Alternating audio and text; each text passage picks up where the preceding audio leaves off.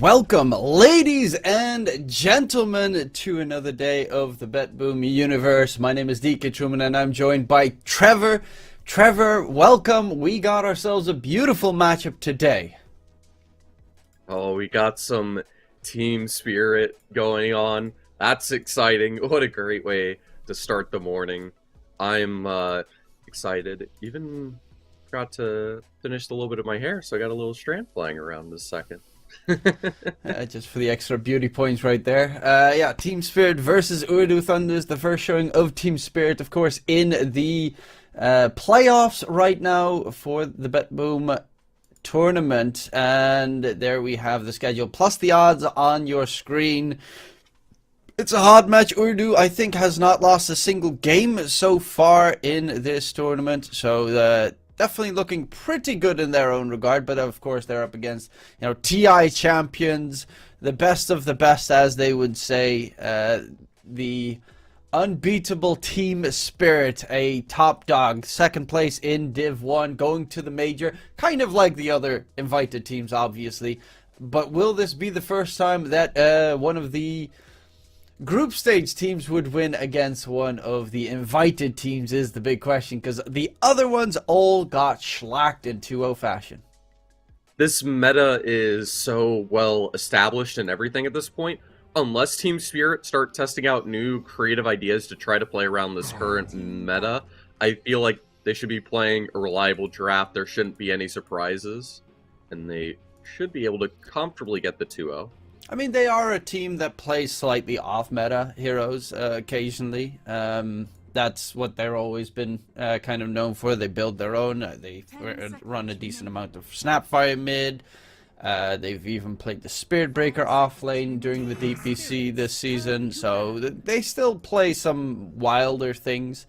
But with the addition of Laurel, obviously Toronto Tokyo leaving the organization to join Betboom, has given them a slight bit of a different mid laner. Still very solid in its own regard, but one thing that, for instance, Spirit does that most teams don't is they still love to run the Terrorblade safe lane, which not every team likes to do.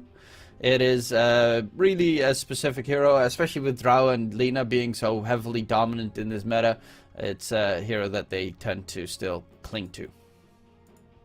Debating on whether or not they want to be bold enough to give Ooredoo the Lina first pick. I certainly hope they just decide to go for the Lina ban. I'm curious what's in their minds that they'd want to go for other than banning this Lina. You already got the Treant out of here. Interestingly enough, Spirit prioritizing it. Normally we'd see that or the Brood first ban, but we've seen in this tournament and a couple other places, the Brood Mother, annoying as she can be, people have figured out, well, you can just pick things that hard countered her and it's fine. But Team Spirit think the Lina's easier to deal with, I suppose, and get rid of the Brood Mother. That's actually a bit surprising, because Ooredoo is not necessarily known for like Brood or any of those kinds of micro-based heroes. However, they definitely expected the Lina. A lot of teams go for the Enigma to counter out the Lina, mainly just to get the lane equilibrium on your side. For the most part, Lina still wins the lane, but it's slightly less losing the lane than it normally otherwise would be. And it wouldn't be surprising for me if Ooredoo go for the Clockwork, which is, I think, their favorite combination with the Lina as their safe lane combo. They've played it. The Clockwork, yeah, most of their games they managed to pick it up. Yeah, now, with everything brought out, the Clockwork would be good, because it kind of helps give this save, essentially, to Lina. I'm assuming the Spirit's going to try to have the Tiny as a 4 with the Enigma, and they're going to attempt this as an answer. I can't remember which team it was with we specifically interviewed, but they mentioned the idea of having the Primal Beast with the Enigma, and that works pretty well as an idea for this concept of synergy to take her down, at least in the early phases. I feel like it'll drop off in the mid-ish game. I mean, Manaspa is a team that loves playing the 4 Primal on a Desire. I think they're kind of the only team that still does that, because they're wackos like that. But I mean, Manaspa showed they can succeed oh with yeah. it. I don't think there's anything crazy about it at all. Oh I no, love but it. it's like such a very specific thing. It's kind of same with also Manaspa with their Wish Tinker that they play, and whenever the meta ever unfolds in, they always have that Tinker that they can secure and pick up and be very confident in. And a lot of teams have specific heroes that they specialize in. Not every team, obviously, but for instance, Noob from Ooredoo Thunders is a superbly good player. I think probably that is a hero that I would ban most of the time because he is incredible on the hero.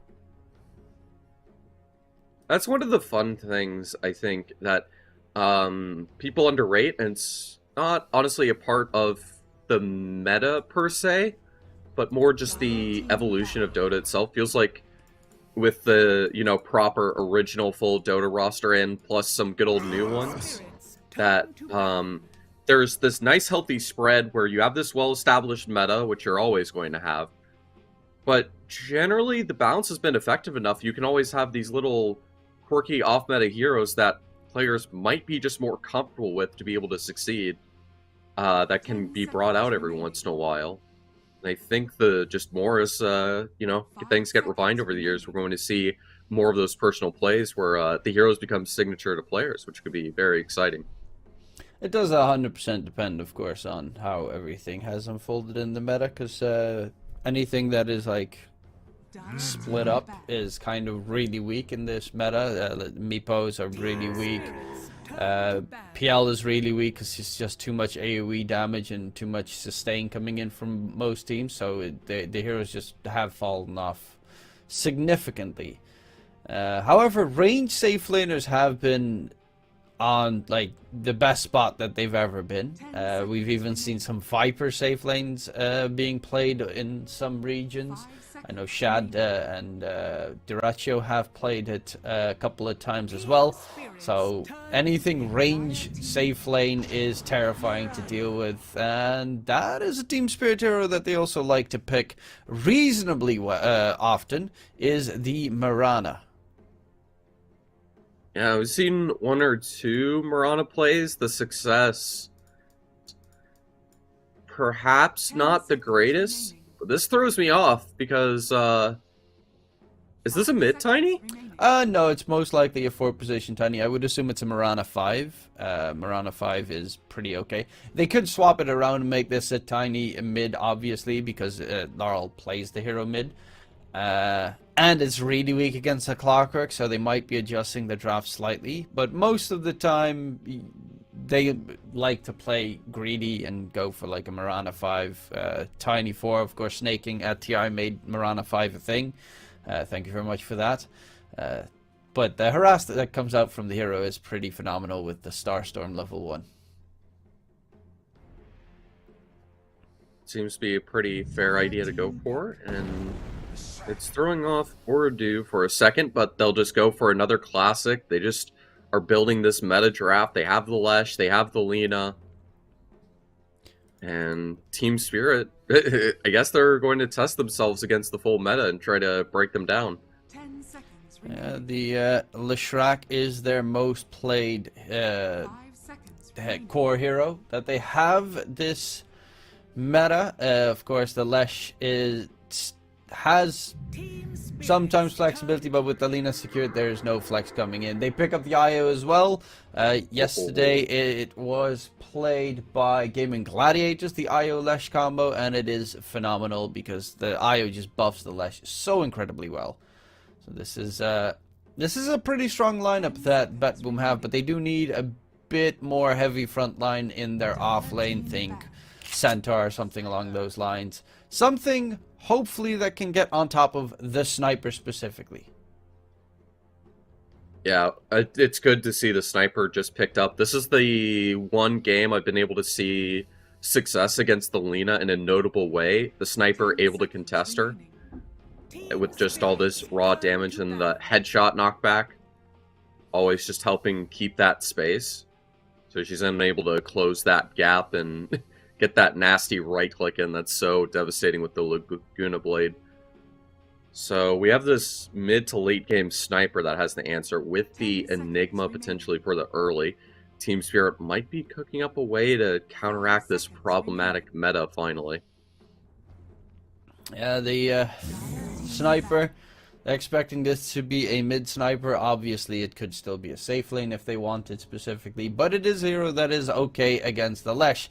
One of the very few heroes in this meta that can stand toe to toe with a Lesh, mainly just because you outrange him and you're in a very comfortable spot in that regard. But yeah, what would they be able to secure here as a safe lane? They need something that probably is a Scotty builder. I mean, Sniper can obviously go for a Scotty, will have to go for a Scotty themselves, but a Scotty or a Shiva's builder is a pretty big must-have for the side of Spirit to deal with the healing. I think the Mirana might go for the Spirit Vessel. Obviously, the Enigma will most definitely just go for the Guardian Greaves plus pipe build, because you are up against the Lesh and you need to get the damage reduction. So now one last ban for Spirit to try to counteract how Ooredoo want to finish out this draft. Should be looking for a 3 at this point. yeah, Ooredoo love playing, I think they're like the only ones that do. Love playing the Tide still a lot of the time in this current meta, which is a possibility, but they, because it is a good frontliner. However, something that is a bit more mobile goes for the back line, tends to be big value. Oh, And that Witch Doctor pick is gonna mean a Clockwork off lane? or it could be a Witch 3. No. That we're not gonna. No. That one doesn't exist. Witch Doctor is most likely being picked up. It has, though, Really? which is worth noting. Yes, When? Who? This from team? what I can recall. Not this team, but just it's been a thing like a year or so ago. I could've Oh, yeah, but I was like specifically right now. Okay. There we go. Wooter offline. Told you. Actually, Witch Doctor. Well, okay, that. Okay, and with that last pick, I'm going with Team Spirit.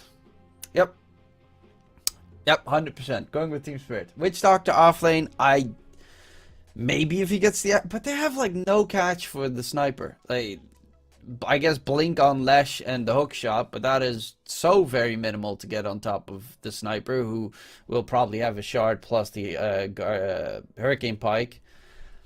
I don't necessarily know what the Witch Doctor is supposed to be. Is it just build an axe? I think it's the magic mystery and just the nuke plus the maledict.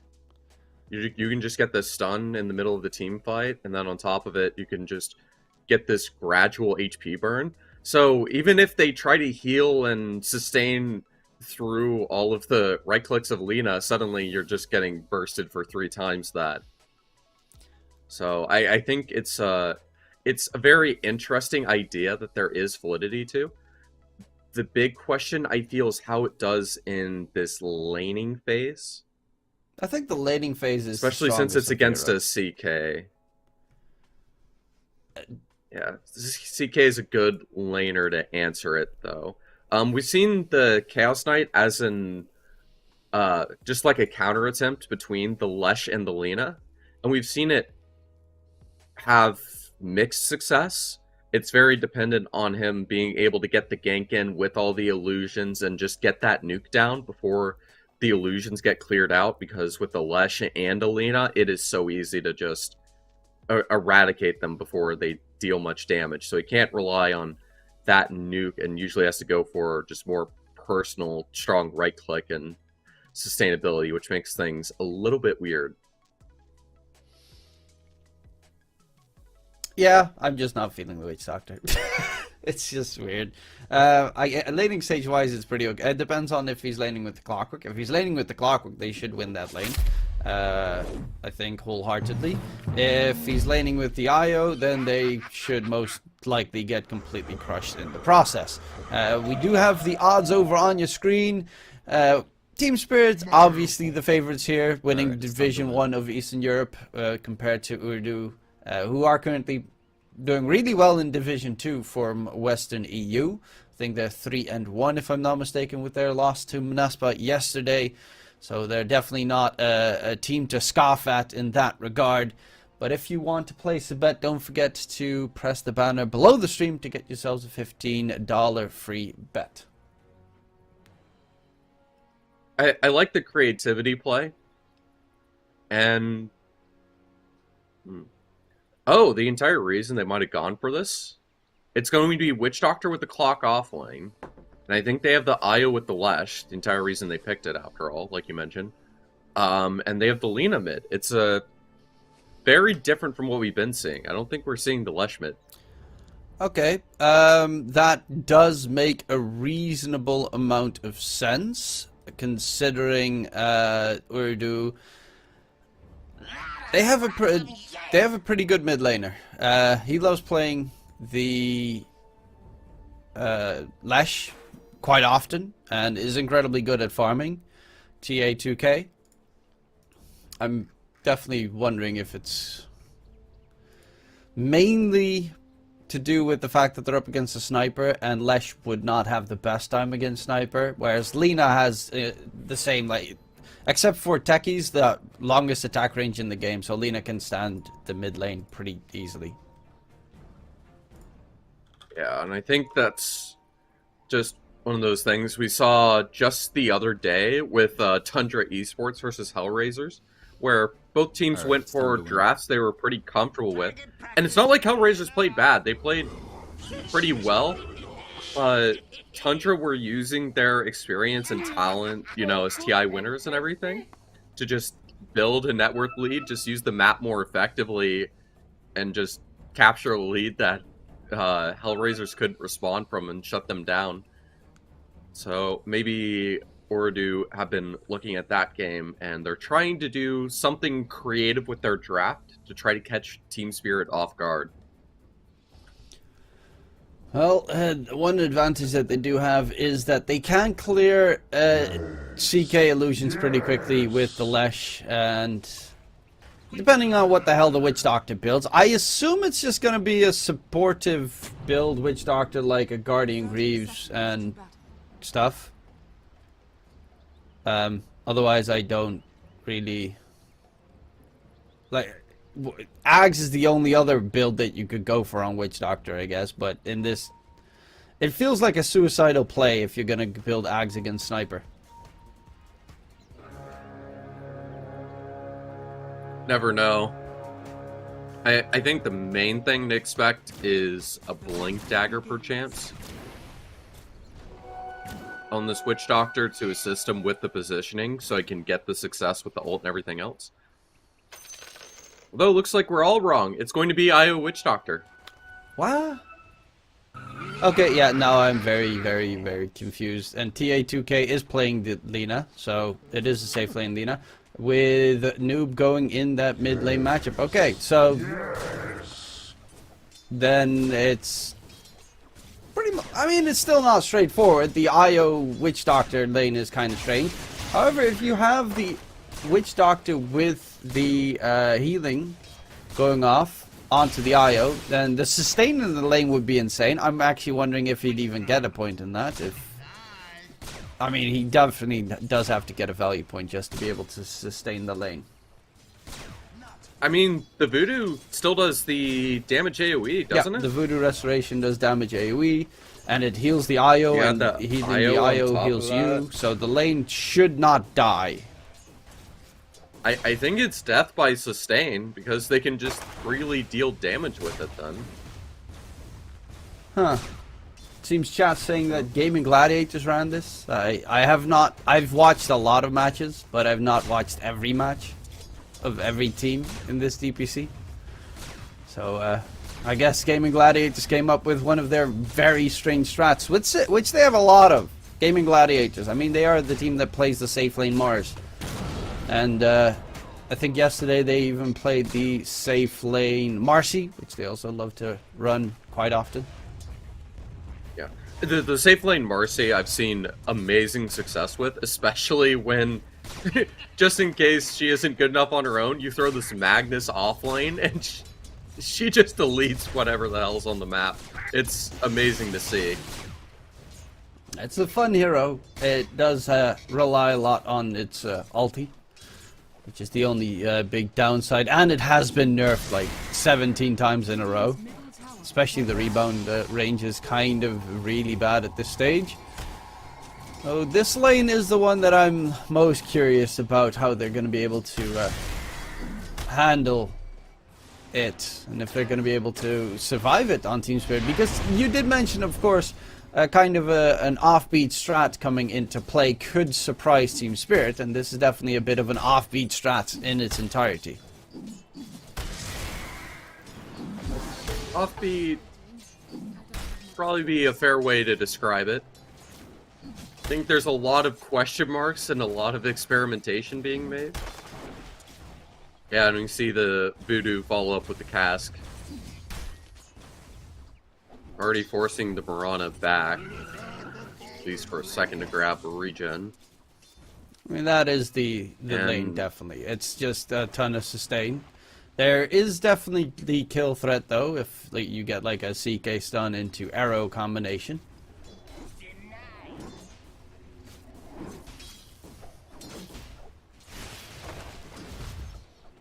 Now I'm really curious as to what he builds in the late game. Nice stun coming out from Noob, and first blood secured onto Laurel.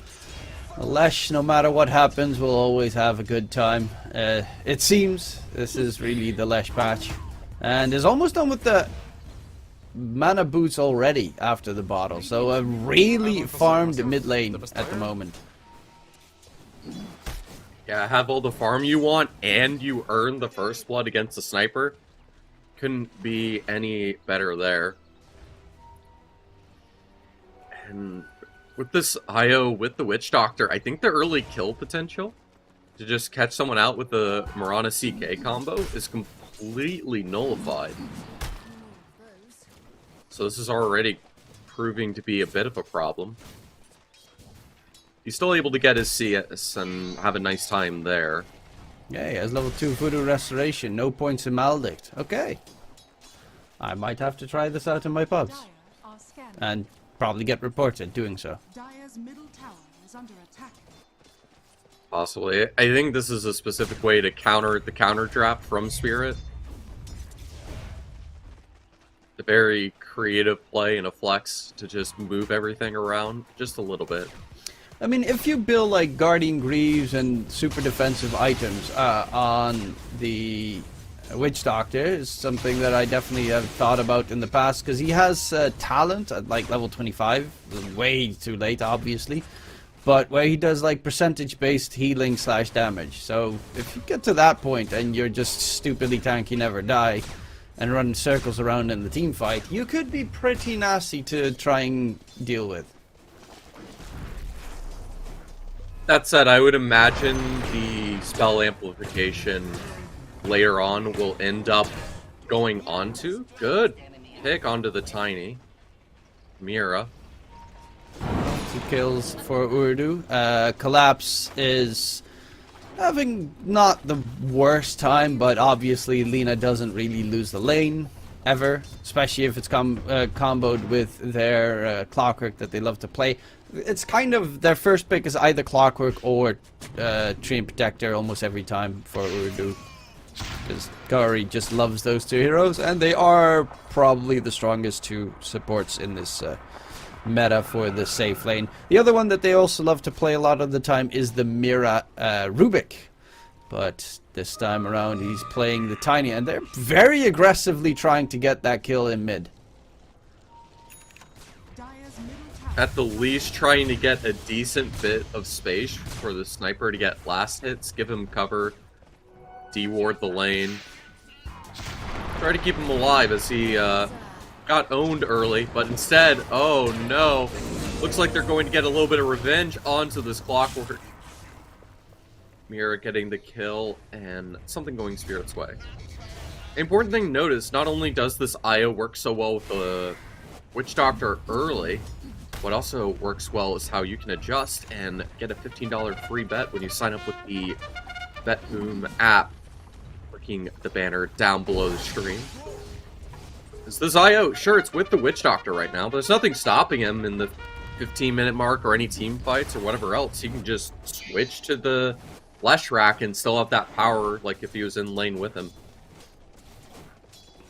Well, Yatoro getting pushed back. Waiter doesn't have much mana at the moment, but with the mana boots now secured, we'll be able to get double the value from it with the IO connecting every single time. So yeah, this game, Skadi, definitely a must-have. Shiva's preferably, but honestly, not really likely that Team Spirit will be able to get it on any of their heroes, because they don't have a hero that builds Skadi, the Shivas, to be fair. But it's going to come down to a lot of healing reduction, because there's just going to be too much healing. With the Lesh, with the IO, with the Witch Doctor, and even Lina, when she gets the Satanic at a certain point, is going to be really hard to kill these heroes. Could maybe have the CK go for his Shivas instead of an AC later on as an adjustment. That's a possible option. Yeah, I think. But it's going to take a long time for that. That's not something you want to go for early. Yeah, no, he definitely wants to It's go a good AC rotation from the first. IO to save the Lesh. Yeah, they were trying to go for a brawl, but there's not necessarily the most amount of damage, and the heroes are reasonably, especially the supports, are reasonably hard to kill / tanky.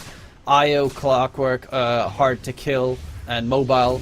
Tiny, super tanky. Mirana can leap away. Speaking of leaping, there's a charge forward. They manage to get the control in onto Noob, and the assassinate from Lol gets the kill. Push away from Mira. But with the Laguna from TA2K, it's going to be Mira in a lot of trouble, and the Tiny should fall. He's just trying to drag them away as much as possible and keep them distracted before he falls. Such good stall, still not taking out all the avalanche on Courier. the 3 to follow. He's just trying to snipe that courier on the way out. Is under attack. And that means the gold's going to be split across all 3, no one really profiting directly off of it. Lyle actually went for Assassinate, which is a spell you don't see on every sniper. Some of them just skip it in its entirety. But I guess looking for more of a fighting game, considering they do have a CK on this side. And late game seems not fun. Late game seems very unenjoyable. So he's going for that good old Mask of Madness. Going for that early right click, the sustain, and the damage. Once you use this space, Celeste is more focused towards the jungle. Get that mid tower down. Forcing Ooredoo to respond or surrender it. They choose the latter option. Well, they are rotating through. Looks like the rotate's going in, so now this fight can start. The Clockwork with the cogs a bit short to connect on the Tiny. And then a beautiful toss back, even though the Laguna Blade with the right click will be enough to remove him. And it's enough to actually stop the push, as all 5 have rotated over to keep this mid tower. And Team Spirit are going to profit farming the other lanes. They took down the tier 1 tower towards top, so Collapse has opened up that map significantly. He's building the Spirit Vessel, healing reduction. As mentioned, a big must-have before the BKB comes out on heroes like the Lesh and such. So having that adjustment added in. Black holes, they have one BKB interrupt on the side of Ooredoo Thunders, and that's the hook shot, but the hook shot is kind of hard to connect inside a big black hole play towards mid. Was an attempt, but the relocate was towards top, and they will get themselves the kill onto Collapse. This CK is going to need to go and fight soon enough, because CKs tend to have a big problem if they take games to late. It certainly seems to trend that, especially when you're going up against a Lina Lesh. I feel like they have so many ways to wave clear the illusions before you can get that effective raw physical nuke in. And Lesh is a hero that builds up Shivas for the extra armor as well, as just the aura. That's incredibly good.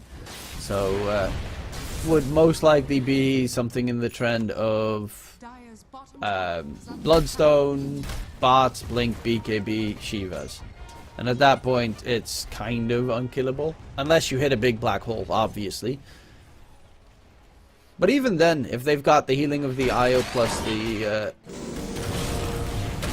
Wage Doctor on top, it could be pretty nice. As is that hook shot coming in to get the control in onto the Mirana. With everyone rotated towards bottom, most likely they're going to look to take the tier 1 tower themselves. And the Witch Doctor is building Guardian Greaves, unsurprisingly. Yeah, they ping out Helena, interested in starting to move towards that direction to take her out, so the fair rotation towards mid. Stay alive and sustain, and it's a good structure fortify, delay them being able to take down this bottom tower, which they'll still easily do. And we already see, every time the IO's near enough, he'll happily latch towards the Lesh instead of the Witch Doctor.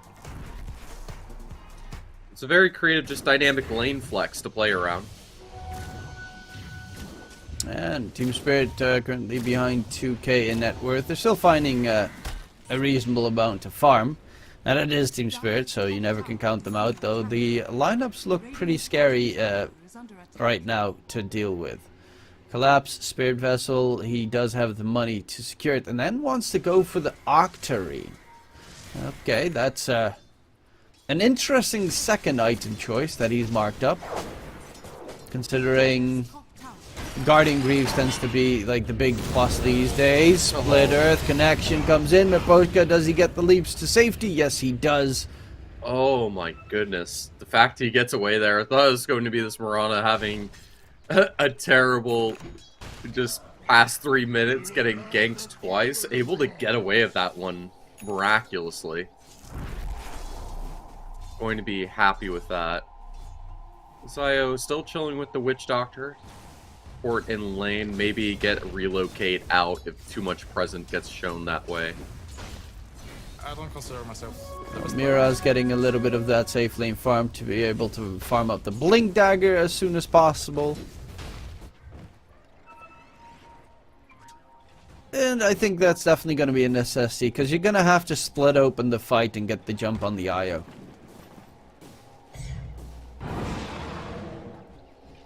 It's a good idea. Try to adjust to this. Now every time you're like, well, we're going up against a position 3 Witch Doctor. It's been a while since I've seen any played. I'm starting to get those Maledict levels, has his ult of course, and it's the Mirana again caught out. Not so fortunate this time. The Phantasm with the response, all that right click from both the Enigma and the CK is so disgusting. It'll clear out the clock, so they just get a nice trade 5 for 5. The dangerous part right now is the fact that they gave the Enigma Spirit Vessel charges. So now the Enigma can use that Spirit Vessel to get a kill onto, well, everyone but the Witch Doctor, because he's got Guardian Greaves, so he can just purge off the debuff. But for instance on the IO, to make sure that the healing gets significantly reduced. Or the Lesh, same story. The Dot's hard to deal with, for even with the Bloodstone, the healing will be reduced significantly. You can heal your wounds with a $15 free bet for new customers with Betboom. The favor still in the way of Team Spirit, but at least early on with this lead, Ooredoo is finding the success as we start this team fight. Tiny with the immediate counteraction into the Witch Doctor. That Guardian Greaves and sustain with the IO is so strong, but the black hole separates them in a way that IO can't sustain to respond, and it's a perfect pick up to do. Yeah, Collapse made sure that he had the black hole placed so that the IO could never get the relocate save go off without going through the entirety of the black hole, and just doesn't have the range for that. So Collapse really well done in making sure there's no save potential there. They get a quick double kill towards bottom. He gets a couple more of the Spirit Vessel charges. And the first black hole of the game was a grand success, even though they still have not managed to get rid of any of the dangerous cores from Ooredoo. Very dangerous and speed, and the fact that you have a haste, just in case the Slush isn't fast enough already. You know, I mean, the smoke is up, but the fact that the Witch Doctor is keeping up the clockwork, that's not something I innately expected to be the case. Faster movement speed on the hero than I remember, I suppose. Radiant's middle tower is under attack. Yeah. A I good don't moment. remember. I don't actually know what the base movement speed is of Witch Doctor, but Clockwork is a stupidly fast hero, so that's a rather surprising aspect. Hookshot comes in, control onto Laurel. They're trying to burst him down quickly. They have some CK illusions, but the bounce coming in. Yatoro needs to get away. They don't have Black Hole, and that's exactly why Ooredoo is getting so aggressive. They don't have anything really to fear with the Black Hole on cooldown, and they find themselves the tier 1 tower towards mid plus a double kill. Ooredoo heading right for Roche. I actually just realized, you know what's really not fun when you have an armlet? The Witch Doctor. Yep, constant dance. Valedict on that is, it completely removes the effectiveness of armlet very quickly. It makes it a tool against you. So even if you don't take damage from anything else, you could see that CK had to turn off the armlet. And that is such a strong, quick Roche clear. There's no way for any form of contest. Team Spirit just going for some opposing farm, trying to get what they can on Toro. And a Brigand's Blade's going to be happy, and they're going to leave the tiny Amira as a small sacrifice. They're doing a lot of work there together with the Clockwork. They find a ton of these catches on the side of Ooredoo Thunders, and they've really stepped up their game compared to the last season. I remember them before TI. Obviously, a couple of changes in the roster and such, but they're looking very crisp at this stage. Their movements, their rotations that they make at specific intervals. Yeah, they know when they need to strike. Black Hole's on cooldown, we go. And even have a very daring lineup for such a tough team to beat like Team Spirit. Yeah. Trying to do what they can. And it's a weird situation where it feels like Ooredoo are slowly just building a gap away from them. See an interest in Team Spirit to take this aggressive dire control, maybe find an opening around the map. Nothing successfully found just yet.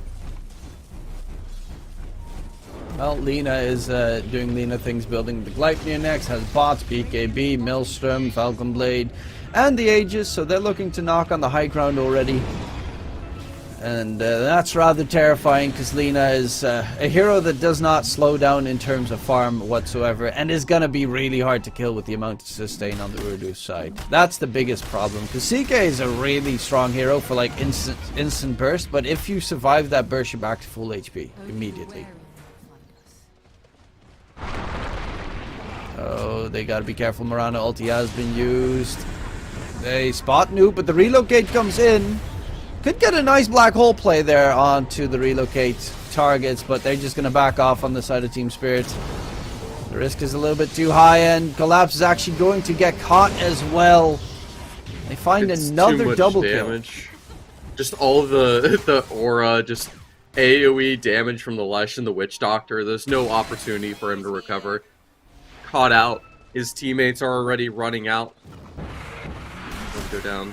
DK considering trying to catch out the Clockwork. Decide not to. Having that Phantasm up, such an important cooldown to be able to get that damage in. But still, with 2 minutes left on this Aegis, they're forced on the back foot, having to respect and let Ooredoo just run around the map, take all the tier 2s they wish. Witch Doctor's building a Kaya Sanj. Just all out on the AoE debuff auras, and spell amplification is always nice, plus just being able to survive initial. Like, that's the thing. You just need to survive the initial burst, and then you'll be just fine. Laurel building up the full Daedalus. Scotty is not going to be secured anytime soon. Obviously, Daedalus is a must-need for the damage output, but Scotty is same story. Especially once the high ground defense comes in, you need to have a Scotty available. Yeah. Now, this plays. You even have the Glepner on the Lina. She's getting everything she could desire, forcing the KO all the way back to base just with this Lina showing, cutting the creep waves. We respect TA2K. That's also, you didn't have vision of the clockwork, and Gory has had a lot of great catches. Plus the fact that they have global presence with the bots on Lina, with the relocate play on their side, the hook shot, the vision that they gain from the hook shot. They have plans to be able to catch you wherever you are on the map. And speaking of which, they're heading out towards top. It is going to be the Tiny that gets caught out, and another quick kill secured for the side of Ooredoo Thunders. Even another one, because Gory gets collapsed on the back end with the relocate behind it. Collapse is going to get caught out again, and another double kill in the top lane. Ooredoo just making Team Spirit look easy. Yeah, they keep just finding the openings, taking these individual players out, unable to really get a team fight going.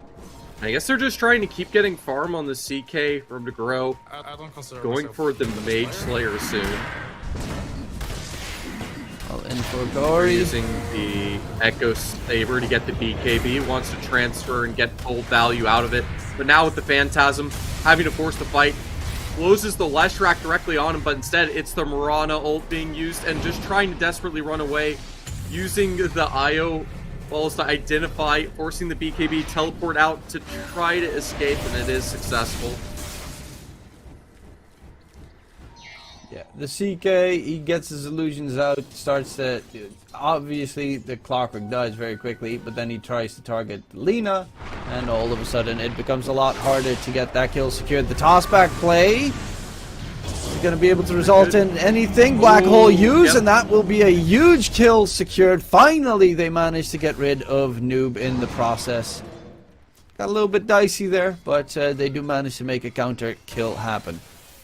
The Midnight Pulse with the Black Hole able to get some success, and that's the first time in a long while Ooredoo's been able to take out one of these cores, trying to catch the IO, a little bit too mobile with the good old tether.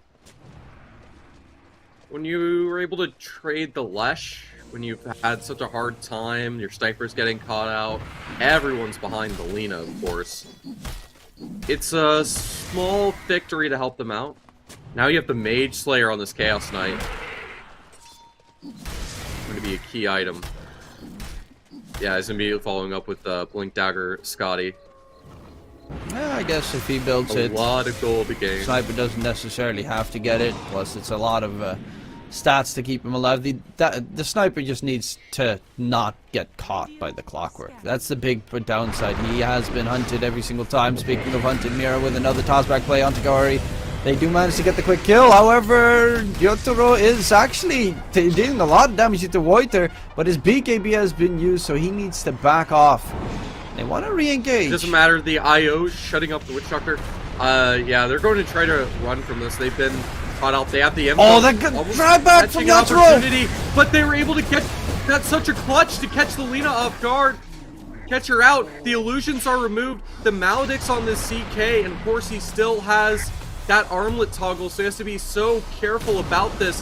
The Witch Doctor able to confirm the kill, and Yotaro, despite as good as the play was, trying to get the Sniper to start right-clicking down the Lesh, start going back for the creeps, and this fight is sustained. It's still going. Now with the re-initiation from Ooredoo, and Team Spirit trying to back out instead. They found the info on a Tiny, but won't even be able to get him. Trading the CK for the Lina. An equal trade, but one Team Spirit are going to be happy with.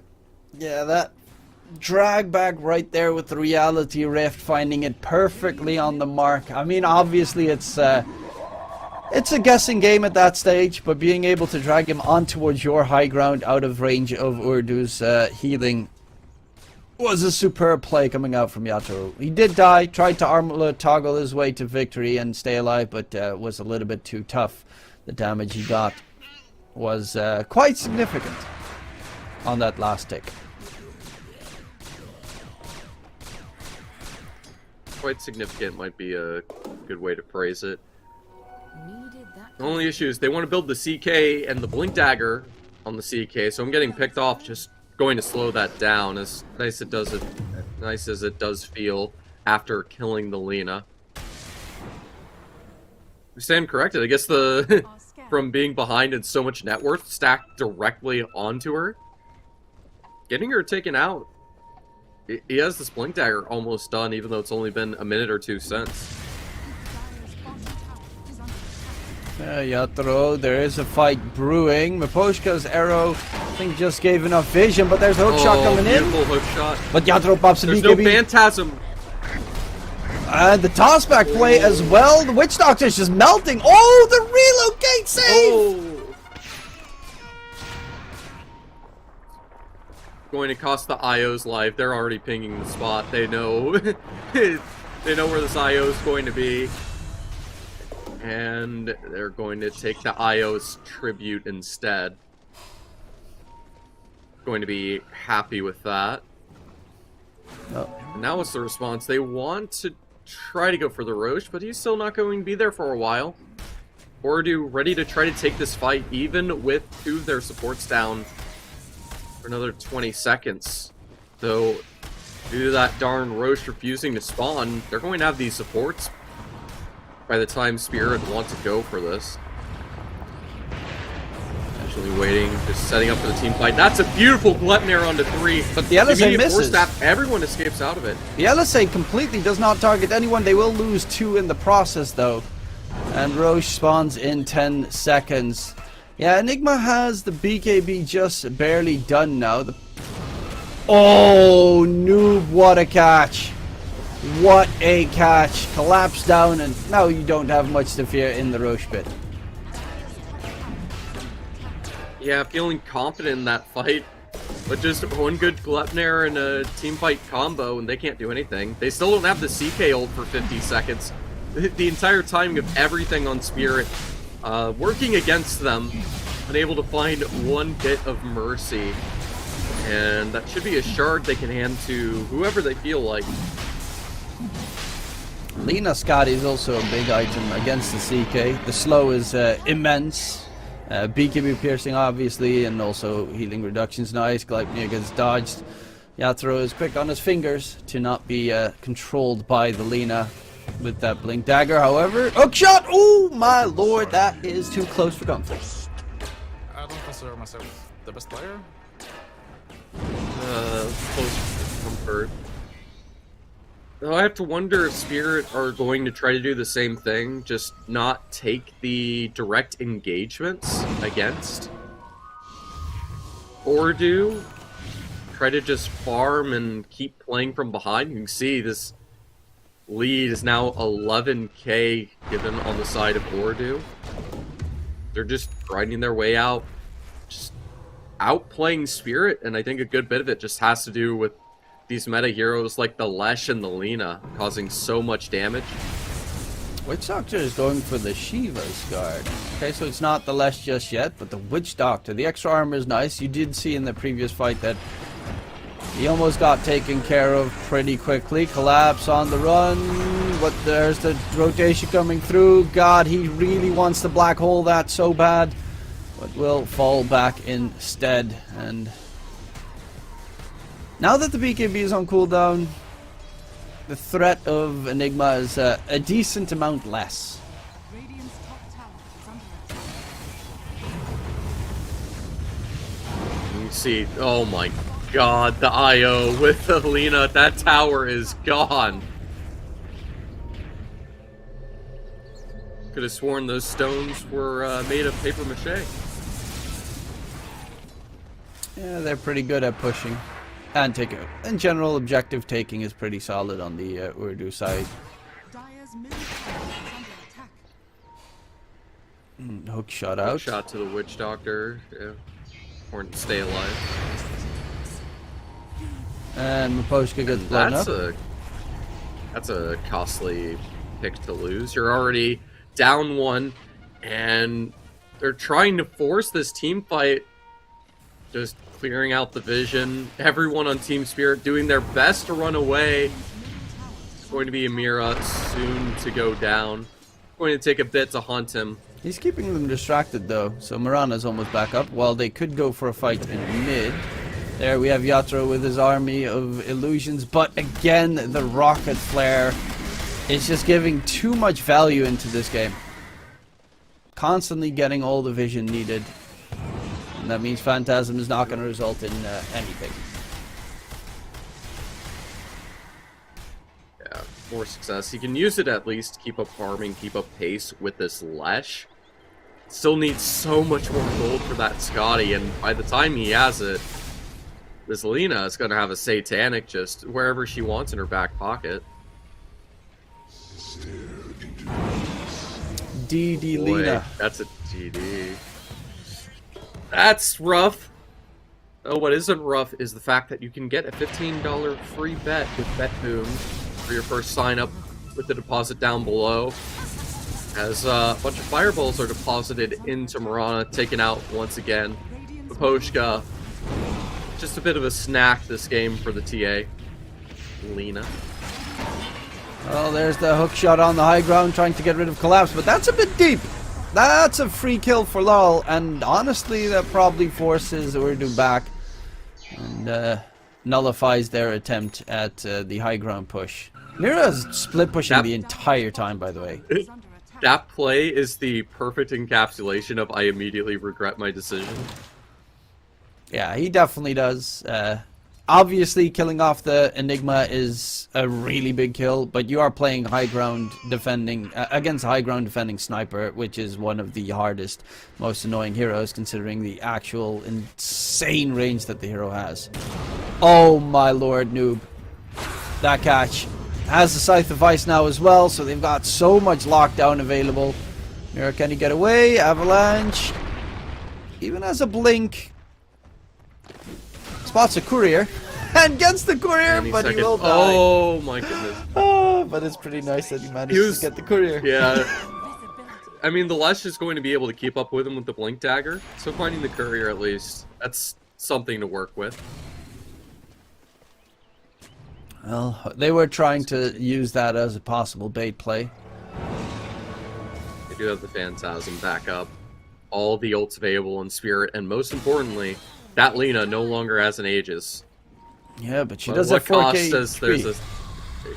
yeah, the Satanic with her own Scotty. And they have so many ways to effectively have an anti-heal and just deny this armlet from the CK to find any success. They do have deity on the sniper, which is nice. No way for the Lina to dodge those hits. Well, they're in a very interesting spot farming, and it does get spotted again. Corey with the clockwork, finding vision upon vision to be able to make sure they don't get any farm going. Still no Blink Dagger on this Enigma. He's going for the Aeon Disc next. Kind of surprising that he's not going for the Hail Mary play at this stage. Oh, Yatra is going to split push with the Phantasm. Forces the Ooredoo players to go back towards the bottom lane, otherwise they might lose the tier 2 tower in the process. I think they're going to be perfectly content in losing that tier 2. They just want the map control and try to stop Spirit from having the space, the farm, potentially find success around. You can see everyone's focused on this high ground defense. It's just the CK running around. Just trying to push into the 2 reasonably well, unable to take it down. And just back to the jungle and farming.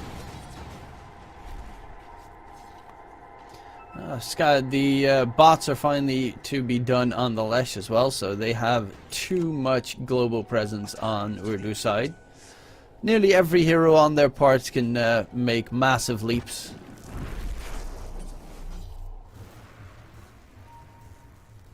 as much as they want to. Even more massive leaps than the Mirana, perhaps. So it looks like they're setting up for a smoke, possibly. Everyone at mid, except for the Witch Doctor, Radiant's top tower is will start jogging his way over.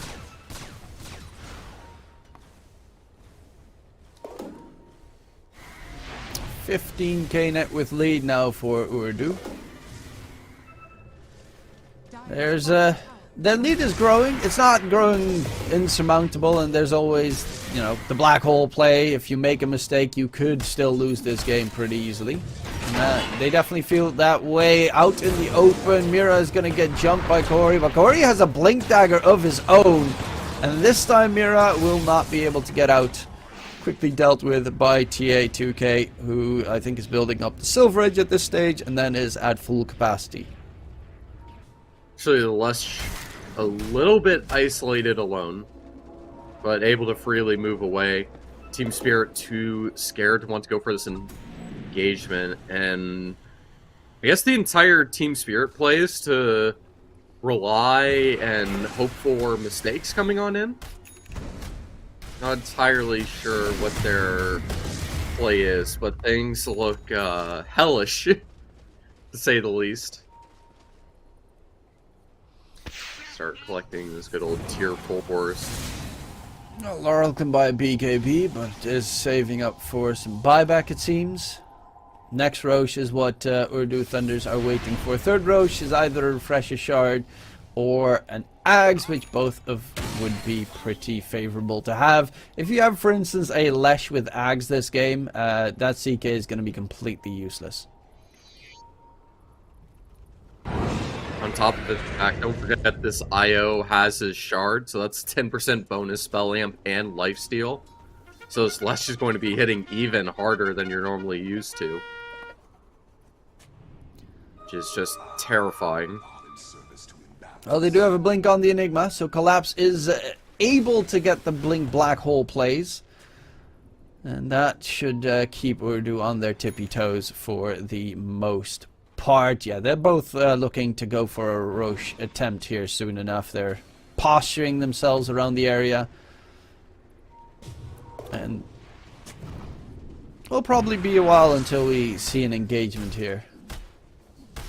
They do have 3 smokes available on Team Spirit, so they have plenty of moves that they can make. A bit of the question is exactly how they handle it. I find it interesting the CK is using the illusions. It's mostly a scouting ability. More concerned about the map information than the damage. Even though they're behind. And the CK illusions kind of die in 3 seconds against the Lesh. And they also technically heal the Lesh with the Bloodstone. True enough. Maybe you just don't want to use it. I definitely think you want to use it to kill off the supports. Or the Witch Doctor at the start of the fight. The IO. Those heroes. Clockwork is the one that he tends to use it for every single time. But that's mainly because Clockwork's the first one he sees. They want to go for this Roche, but to do so, they need to win a fight against Ooredoo, which they're going to test themselves against, trying to set up the smoke gank, wrapping from the side. The lack of info, Ooredoo are aware of this. They're even going for a smoke of their own towards the mid lane. Bring around the Rosie. Both teams a little bit too far ahead of each other. No one will be catching out the other just yet. The fact that Team Spirit didn't run to anyone chilling this lane and map control, give away the info, and they actually follow up with a second smoke and just are hiding, it looks like, in the dire jungle. Yeah, the downside is Ooredoo can possibly knock on your high ground and you can't respond from the position that you're standing in if you're Team Spirit. So the advantage definitely lies in Ooredoo's favor. You need to constantly cut the creep waves. Because yeah, they're running right towards the mid-high ground. And that's going to be a lot of damage taken. I mean, they want to go for this fight. I suppose they'll be doing it. They're actually split off, going for the cut, but that means, again, they're split. Their team's going to be able to group up together just in time. This Lina going very far ahead, and even with the silver Oh edge. no. Oh no, it's the Tiny. Once again, Mira caught out, taken down. And that Shiva's going to successfully connect on, and the Maledict forces the CK to BKB early, do what he can, try to right-click against this Lesh, but it's not nearly enough damage, and the Laguna Blade to follow up. Your Taro is out without being able to even put in a fight. Oh my god, this Lina. Yep. TA2K does a lot of damage, and there's no buyback available on the CK, so currently it's all on a collapsed black hole play. Hookshot was used, so that's the only advantage they have, but they can walk into the Roche Pit, get themselves the 3-piece. And their net worth is looking phenomenal. That fight, it could have been nice if the catch on Lina was successful, but a little bit of a whiff there from Mira makes it incredibly hard to recover the engagement.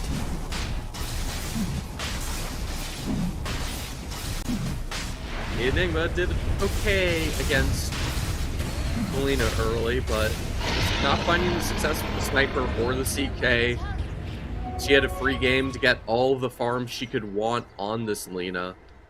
And I see no reason that's going to change anytime soon.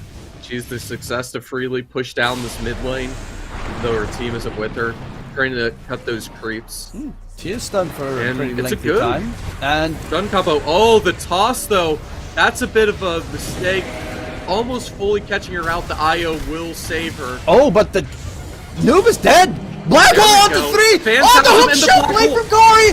It's huge. Collapse gets interrupted, Oh. and there is TA2K with the buyback of the Lesh. They are back in the fray. That was their one opportunity to have a catch to get most of Ooredoo shut down, and it's denied. No Enigma ult. The snipers left alone. The Phantasm illusions have been burnt. Can you imagine Ooredoo not only are not going to make that mistake twice, they in fact cannot. As they get these racks, they have the damage to push the tier 4s. This is going to be a GG forced out in just a moment. Whether it's by words or the Ancient being taken down, they have so much damage. They should be able to end this. But taking a second, waiting for another creep wave, I suppose. That's a game-saving play there from the hook shot, the clockwork. They are going to get a jump up to Noob, who of course does not have a buyback available. Yatoro get destroyed right there with the Laguna Blade thrown out, and TA2K is just trying to finish them off. Laurel takes a heap of damage. In return though, still doing some damage as well, but the Ancient's under siege, and the Ancients should fall with their immense push. The GG gets called, and it's Team Spirit losing game number 1 against a rather unconventional strat. Obviously, the main part of the strat was not unconventional, but the offlane Witch Doctor was a very big surprise in that regard. But honestly, if that hook shot from Kaori did not connect perfectly onto the Enigma, that could have just been the perfect turnaround play of the game. It would have been a start of a comeback. It would take so much more to get there. Of course, Team Spirit, a team that can get there. But this is a perfect example of why we see the lean up every game. You have such a talented team on Team Spirit, legendary players that are able to perform so well, and they just get shut down and outplayed just due to the farming and the power of Ooredoo. Yeah, it's there are a couple of heroes that are really freaking strong this batch, and you should just ban them. Lina is one, Lesh is another one. That's one of their most played heroes in general.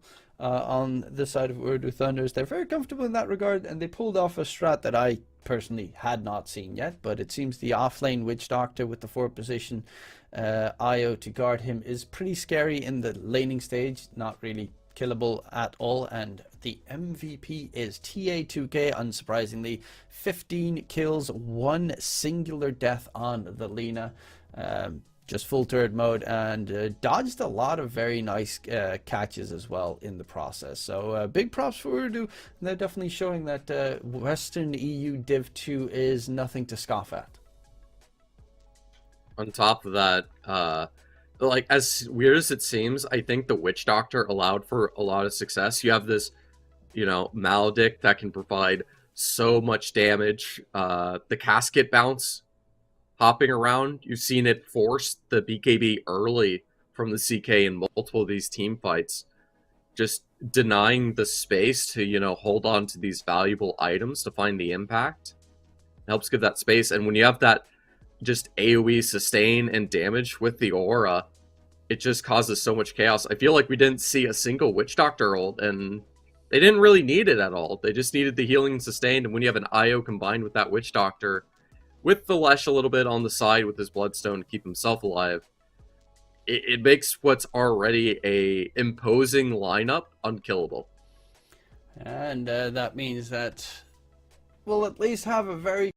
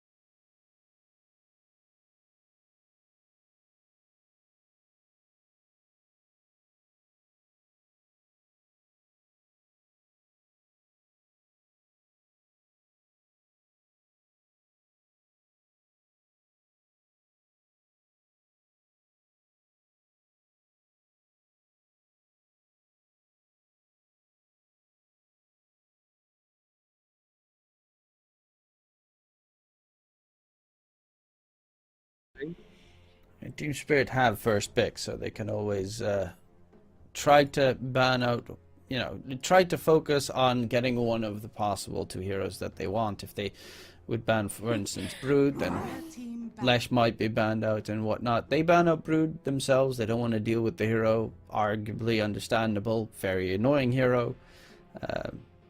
I don't know if Voiter plays a lot of Brood, though. Spirits turn to pick. Enchantress. Seen a little bit of it. Still an interesting ban to bring out this early. And Team Spirit going for the Rubik, something a little bit more standard to expect. Death Prophet plus the Tiny for Ooredoo. It's a perfect, nice early start setup. It's not a bad Mira Rubik pick either, because you can steal the Spirit Siphons, which is nice, and the Avalanche is always a great steal from the Tiny in this game, and it is arguably one of Mira's best heroes. 5 seconds remaining. So yeah, Tiny DP, that is very likely going to be the offlane duo for the enemies, and because of that, they know what they're up against. Treant is very solid in laning against a Nature's Prophet. Nature's Prophet is very good in laning against DP. For the most part, should be just fine surviving in that lane and possibly even winning out that lane, depending on what his laning partner will be, because it's probably Mira on the Rubik, so that should be there for.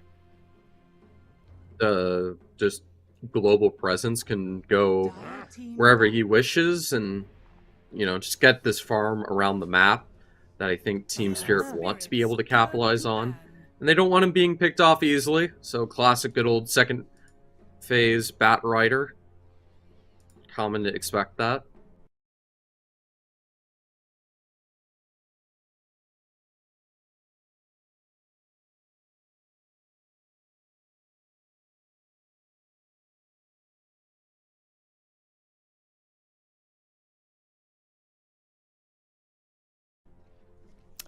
Similar move with the Coddle getting removed.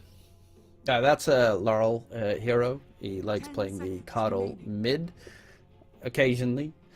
I don't think Laurel plays the Nature's Prophet, or at least hasn't played during the DPC, I think. But I know that Collapse has played it a couple of times, so there is a little bit of flex still. But for the most part, I would assume that this is just straightforward DP safe lane, because Yatsuo likes playing the DP safe lane. Why do I keep saying DP? The Nature's Prophet safe lane. I don't know. I'm jumbling my words at the moment. Have DP on your mind? Yeah, DP's in all the games, every time. It is a strong hero though, and it does have a bit of flex as well, because you can always put it in mid. If I'm not mistaken, Noob also plays it mid, so they can still run it multiple angles. Certainly. Spending so much time on this second ban phase, I have to wonder what the reason is, what the idea is from Spirit that's holding them so far back. Just really thrown off by the Coddle ban, perhaps. I mean, Laurel still has a wide variety of heroes that he can play, but the big question is obviously, which route do you want to go? Are you going to go for more global presence? So heroes like Ember, I think his Snapfire and Pangolier do get played quite significantly as well. That are still available, very mobile heroes that can help whenever needed. And they're actually going to ban out the SF, which I mean, SF is pretty annoying if they would, for instance, put the SF mid, and their plan is to put the Nature's Prophet mid.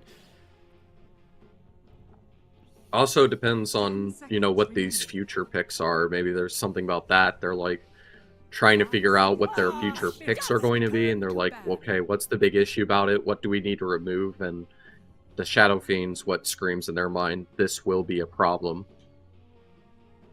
Well, there's the Snapfire ban. Another, as mentioned, Laurel likes to play it a lot, though this time does not come through. There is still the Lesh that is available to be picked up for either side.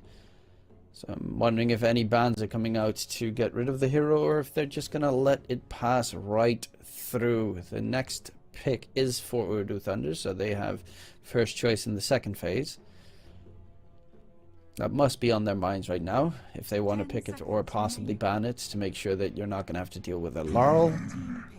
Lesh. A lot of strong nukers, plus, like, that can isolate and pick off players. It's the exact same thing with the bat, effectively, in one form or another. So, mentioned, I believe it's Yotaro going for the Terrorblade a lot. Or, like, it certainly enjoys going for it. Do you by any chance have your VMix muted? No. Oh, maybe it gets fixed up in a bit. It seems there's some cats not hearing the voice. But we'll just hope that it gets resolved regardless, or has been resolved in the recent 5 minutes. Yeah. Guess everyone's Windows system's getting updated. None of us can get things working. Yeah, possibly. So the Doom ban, it's a hero that Collapse obviously plays. Does make it so that you cannot go for a certain amount of heroes, because Doom really wants specific targets. Phoenix, I mean, Phoenix is nice. You do need to have a little bit of control with Phoenix on your side to be able to make the Phoenix Egg to do something. Tiny is pretty nice in that regard, but they do have a pretty okay Phoenix Egg hitter with the Nature's Prophet. It's a hero that likes to build into pretty fast attack speed, so they kind of they probably will get another Phoenix Egg hitter, but it's there's the second one. And are they going for another Laurel mid sniper in this case? I see no reason why not. I mean, they could flex it and flip it where you have the Nature's mid and the sniper safe lane instead, but that doesn't sound like the better option in this case. Question is, who's their... I'm assuming they're going to bring their 5 next. And a good old classic Clockwork, such a good support, seeing success from it in the last game, and having Miposhka on it seems to fit his style a little bit better than the Tiny did in the last game, I would imagine. Yeah, it also lanes pretty nicely against Tiny.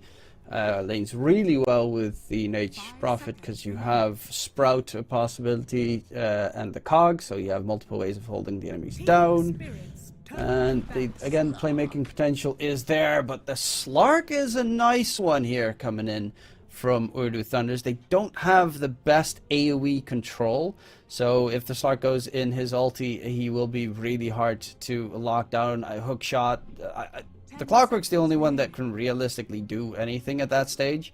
So this Slark feels at the moment like he's going to have a pretty A-OK time this game, hunting down these 2 cores. A lot of teams tried to use the Slark as some way to answer the Lina, and it felt like it's turned terribly every single time. But of course, with the Lina banned and Team Spirit going for this ranged right clickers with all this agi with the natures and the sniper, makes sense to bring out the Slark. It's a good Slark game. There's still opportunity to counteract it. Though Spirit have to be swift on their feet. Only 6 seconds of reserve time. 5 seconds remaining. They burnt almost 2 minutes just on a single ban in the second ban phase. They have to choose something here. Ember and Zeus. Interesting picks. Yeah, they're expecting it to be a DP off lane with the Tiny, Phoenix 5, Slark safe, and then still a mid laner to be picked up for Noob.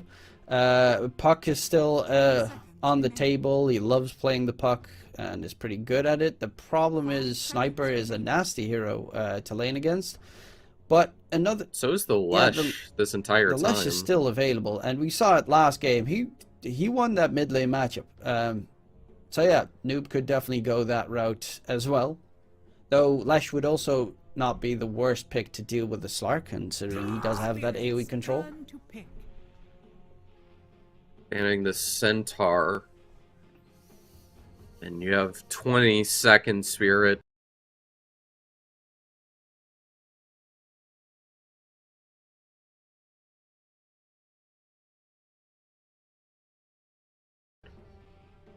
give us a magical off lane, or I guess a 1, of course, is an option if they go for the nature's off, which we'll figure out. But nope, it's going to be the off lane Beastmaster. Surprisingly, it took this long for him to be brought out. Usually one of the meta off lanes we'd see a lot earlier. Change pace there. Yeah, it's 10 seconds. Collapse's second most played hero in the DPC. And 5 obviously, seconds remaining. this game, one gigantic advantage that they have is their vision gain. They kind of struggled in that regard last game, especially because Kaori with the Clockwork found them every single time with Rocket Flare. Now they've got Rocket Flare, they've got the Hawks, they've got Shrapnel, they got the Nature's Prophet Treant. Like, they have so much vision, they'll be able to spot everything on the map at all times. And the last pick is going to be the Tidehunter, which is coincidentally the most played hero of Whiter. He loves playing the Tide. I think in the last month he's played it 9 times, and he has only lost a single time with the Tide, which is an interesting stat considering no one else plays Tides currently. Yeah, you'd think they would maybe go for the Lesh, but I guess they're happy enough with the picks they have. They just want to have a nice offlaner. And man, Waiter has such a unique hero pool that they play around. But oddly enough, we're saying this with Spirit on the back foot. I feel like without the Lina here, you know, it shows the Sniper can have success. But I think that was as a position 1, not as this mid laner. A lot more farm and able to keep up with her a lot better than the Sniper was in this case. And the CK clearly, unless he can use the illusions to gank and take her down, which only happened once in that last game, that's the only way they can find success off of it. No Lina to worry about those, so I could see Team Spirit taking this one away. Shouldn't be put on the back foot in the same situation they put themselves in the previous. Yeah, I think it's a lot better draft, a lot more even draft this time around, not giving away obviously Alina and the Lesh. In this case, Lesh wasn't even picked up. Noob's going to be playing the mid DP against Laurel. I think there's definitely still kill potential if you can get on top of him, especially if you see the rotations that the Ooredoo supports make. It's probably going to be a pretty bit reliant on Omar joining mid to get the catch on Laurel, because if you get a toss back, it's an easy pick coming in that regard. So you're going to have a Tiny plus Tide laning up against a Nature's Prophet plus Clockwork. And that seems like a very good lane for the Clockwork, because you're against 2 very slow attacking melee heroes. And if you guys see them in the cogs, it's going to take forever for them to double hit the cogs to break out. And Battery Assault is pretty nasty, so Team Spirit should have a pretty good safe lane at the very least. Yeah, should be a nice safe lane, good start. And the Beastmaster is helpful because it gives them this roar, another way to get lockdown directly against the Slark. I don't consider myself the best player. It's a lot of AoE survivability and sustain, again, from Ooredoo. The Phoenix, the Death Prophet, the Tidehunter. A lot is AoE teamfight and sustain. Yeah. I think the Clockwork... I think Miposka is probably going to be the most important hero of this game, or possibly Mira. And I think the supports are going to have to do a lot of work. Mira is really capable as well. And there's some nice spell steals. The Ravage is a superb spell steal. Phoenix Egg is really hard to get, but if you manage to secure it, it's pretty nice, considering the attack speed of Ooredoo is not that great. But dropping the egg yourself is going to be problematic, because you got the... attack speed aura coming up from the Beastmaster, you got the Sniper, you got the Nature's Prophet. They have a lot of good egg hitters on the side of Team Spirit. So it's not going to be the easiest Kaori Phoenix game. And Waiter already getting pretty heavily bullied in that bottom lane as expected.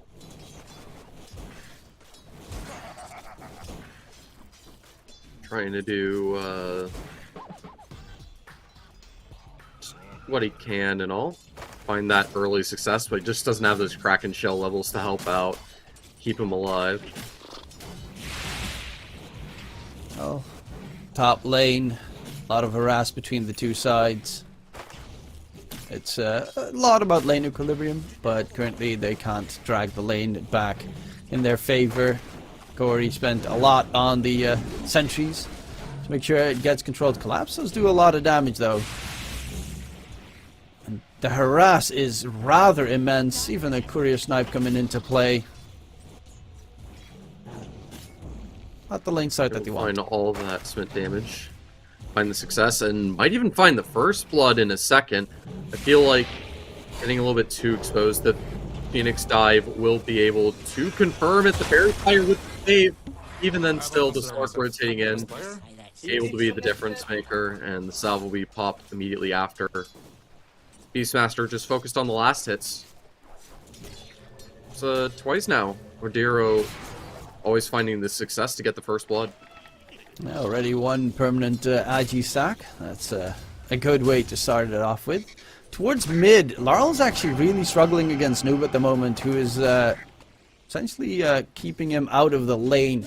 12 last hits versus 7. Sniper, of course, has incredible attack animations, but not necessarily the best attack damage.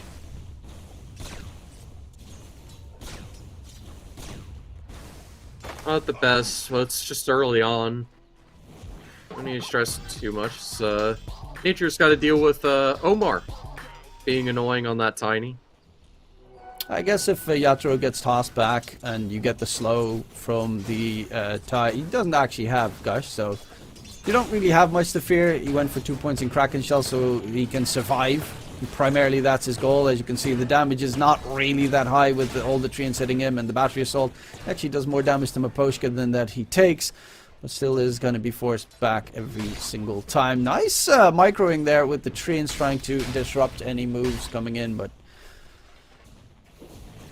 the farm for Whiter should not be hampered too much with the Kraken Shell levels. Works out. And I mean, you need that. It's just the one benefit of Tide that makes him so strong.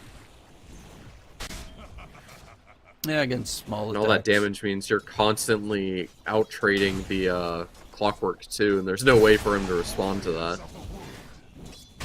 It is still... The Nature's going to find success regardless, so... And a move that a lot of Nature's Prophets do is the moment that they hit level 6, they kind of keep an eye on top lane, they pop their ulti, and then TP towards top, they get a kill, double kill sometimes, and then they immediately push the tower. Considering they have a Beastmaster on that side, it would not be too surprising if that's going to be their game plan this time. Just drop that tower at like 8 minutes into the game and make it a lot harder for the Slark to farm, because Slark is not necessarily the best jungle farmer. It does have a bit of a farming tool with the Dark Pack, but it's compared to a lot of other heroes, it is a lot slower. Certainly. And besides the contest of that first blood, looking to get a little bit more, this Rubik could be going down again. Instead, things were being quite peaceful, so there will be an end to that. A trade of the supports, and the Beastmaster tanking a lot of damage from this Slark. We'll be able to have the health regen, but this Clockwork is having to rotate in just to have the power cogs, and this Death Prophet diving a little bit too deep, still able to take the sniper down first, so that's at least an XP denial, and Mira will be forced to go to this mid lane. It'll still be quite costly. It forces them out of the lane. That means Tide, for instance, bottom lane should be just fine in sustaining without the Clockwork being a nuisance. And again, it's a nice kill there for the DP coming into play, trying to keep the sniper as low as possible. Collapse is actually having a very significant time in his off lane. But once TA2K hits that level 6, he should be just fine. They're going to go in for the Beastmaster. He does have a lot of sustain with the extra armor and HP regen, and they need to be a little bit careful themselves because his Helm of the Dominator is almost done. And yeah, Beastmaster is a rather tricky hero to kill because he's surprisingly tanky.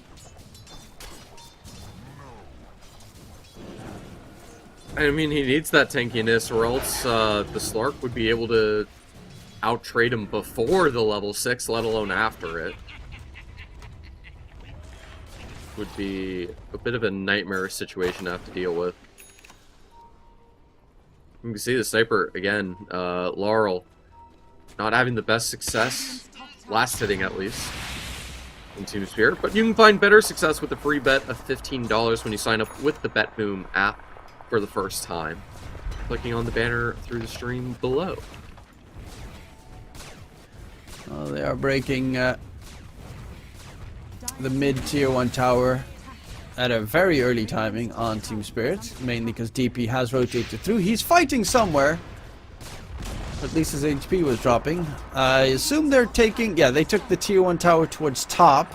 So that's a very early tier 1 tower top. Omar is going to get caught inside the cogs. And Tiny has incredibly terrible attack speed, so won't be able to break the cogs and walk out of it either. That's a good way to recover for Laurel pretty quickly and effectively. Now he's caught back up to the DP with just a single kill, the tower obtained, and even just a little wave push. It's nice, a bit of mercy.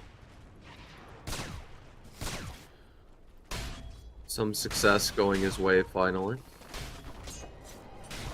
The problem with the tier 1 tower top already being gone is pushing that lane is going to be a lot scarier. Oh, that Nature's Prophet ulti does a significant amount of damage in mid-core. He's going to get caught as well. Omar needs to run away. Miposhka's trying to get the battery assault slow. Omar, nice toss, but is it going to keep him alive? Not really, because there is the Treant army coming into play, and Laurel gets himself a double kill. Mira has a haste rune and is just body blocking Noob to see if the rest of his team can catch up to this Death Prophet. Lift up, drag back.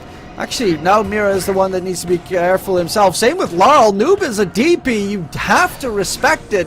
Is he going to be able to get the kill? Laurel is going to get taken down, and Noob will be able to find 2 kills. Does die to the battery assault plus the tower afterwards, but getting a double kill in that situation should never be possible. I think just ended up caught out a little bit in the sense, not expecting the DP to have 3 full charges of the Spirit Siphon to sustain. So with that, she's able to find the success and catch 2. The entire reason the sniper went for that was just the assumption that she only had 2 charges available. And, you know, that 3rd charge is just the difference maker, being able to just get another Spirit Siphon going. Yeah, it's Sustain. It's not too shabby. TA2K is building up the Diffusal Blade, so he's looking for some earlier fights, and it is definitely not bad against the enemy team because they don't have mobility spells yet. That will come in slightly later down the line with the heroes that they are playing, the 4 staffs and such. So Gory has a TP in a second and will go for the TP attempt, but the hook shot from Miposhka interrupts him mid-flight. And the Phoenix will be caught. That's a really nice catch, and also reasonably timely level 6. Ravage gets blown. Nature's Prophet, can he get the TP out? Get thrown? No, interrupted in the TP, and that is a very big kill coming out for the Ooredoo Thunders. Good. Safe lane removed. And with that, they'll remove more of the safe lane, taking out that tower with the Exorcism. Not for free, though. The Clockwork's willing to dive this tower, follow it up with the offlane support, and even with rotation, the Beastmaster ult being used just to ensure there's no way for this Tidehunter to survive for a second longer, I suppose. Wanting to try to trade safe lane towers is the goal. Fortunately for them, they don't have to worry about the Slark being caught out. A lot easier for him to escape than the Natures. And going to be just farming up the jungle. They're trying to defend the tier 1 tower top. You also have the Phoenix Egg to be used, so gotta be a little bit careful. However, Corey doesn't have any backup coming into play. The Phoenix is very much stuck. Has a TP available. But will he be able to get himself out of there? He's going to dive up to the high ground. Miposhka is right next to him. This is very terrifying. The hook shot comes in. Oh. Phoenix Egg is available. He does drop it. In comes Noob as well. Miposhka's going to go for the TP out. Gets the TP to safety. And the Phoenix will stay alive. The tier 1 tower just barely hanging on. No treant to heal it back up. Just means something for them to clean up or deny later on. The sniper just chilling at the tree line. He's not interested in leaving. Being able to force 3 rotations out from Ooredoo to defend this tower, forcing the egg to be used. This helps give them the space around the map to potentially get some pickoffs. Certainly won't be on the Slark. It could go for this Tide Hunter again. Now with him being a little bit too open in front of the lane. You can see he uses that pipe to help keep him alive. But with From behind, the flank? from Team Spirit. Yeah, the flank from behind. Hold on a second. This Tide Hunter is just stalling for all the time in the world. Siphon's fully focused on the Rubik, which gives them time to finish off the Tide Hunter. And now they can turn around and follow up, starting to chase down these other players. The Nature's Prophet able to freely rotate in. Yatoro? The Assassinate to try to slow her down, and the Roar to keep the distance. And now the Nature's able to run, and it is a important space created with the Beastmaster Roar to save the Natures and win this team fight. I'm actually baffled at the fact that Noob has a Rod of Atos Radiant's on the middle tower is under attack. DP. That's something I don't see often, or ever, for that matter. Normally it's... I mean, obviously you don't want to go Guarding Goose because that's going to be the Tide build, but it's a bit of a surprising choice. Needs a way to stop teleports, I guess, Yeah, that might be it. just in case. Oh, the Exorcism pop, Miposhka going for that early contact on the Phoenix with the Rubik. Instead, they both should be taken out as the full Ooredoo team is here. TA2K, he has his Diffusal Blade now done, so he is able to start fighting. It seems wants to be building up the Echo Saber next, probably Aghanim Scepter afterwards, and then you got yourselves a Slark that can join every fight all the time because he's going to be super mobile. I don't consider myself the best player. Mobility is going to be Radiant are scanning. a handy key for them to rely upon. And I mean, those ganks are going to mean the trades equal out. So still, Team Spirit a few kills ahead, but this farming effectiveness from the DP Oh. Yeah, you can see the root forces the sniper to be stuck in this engagement.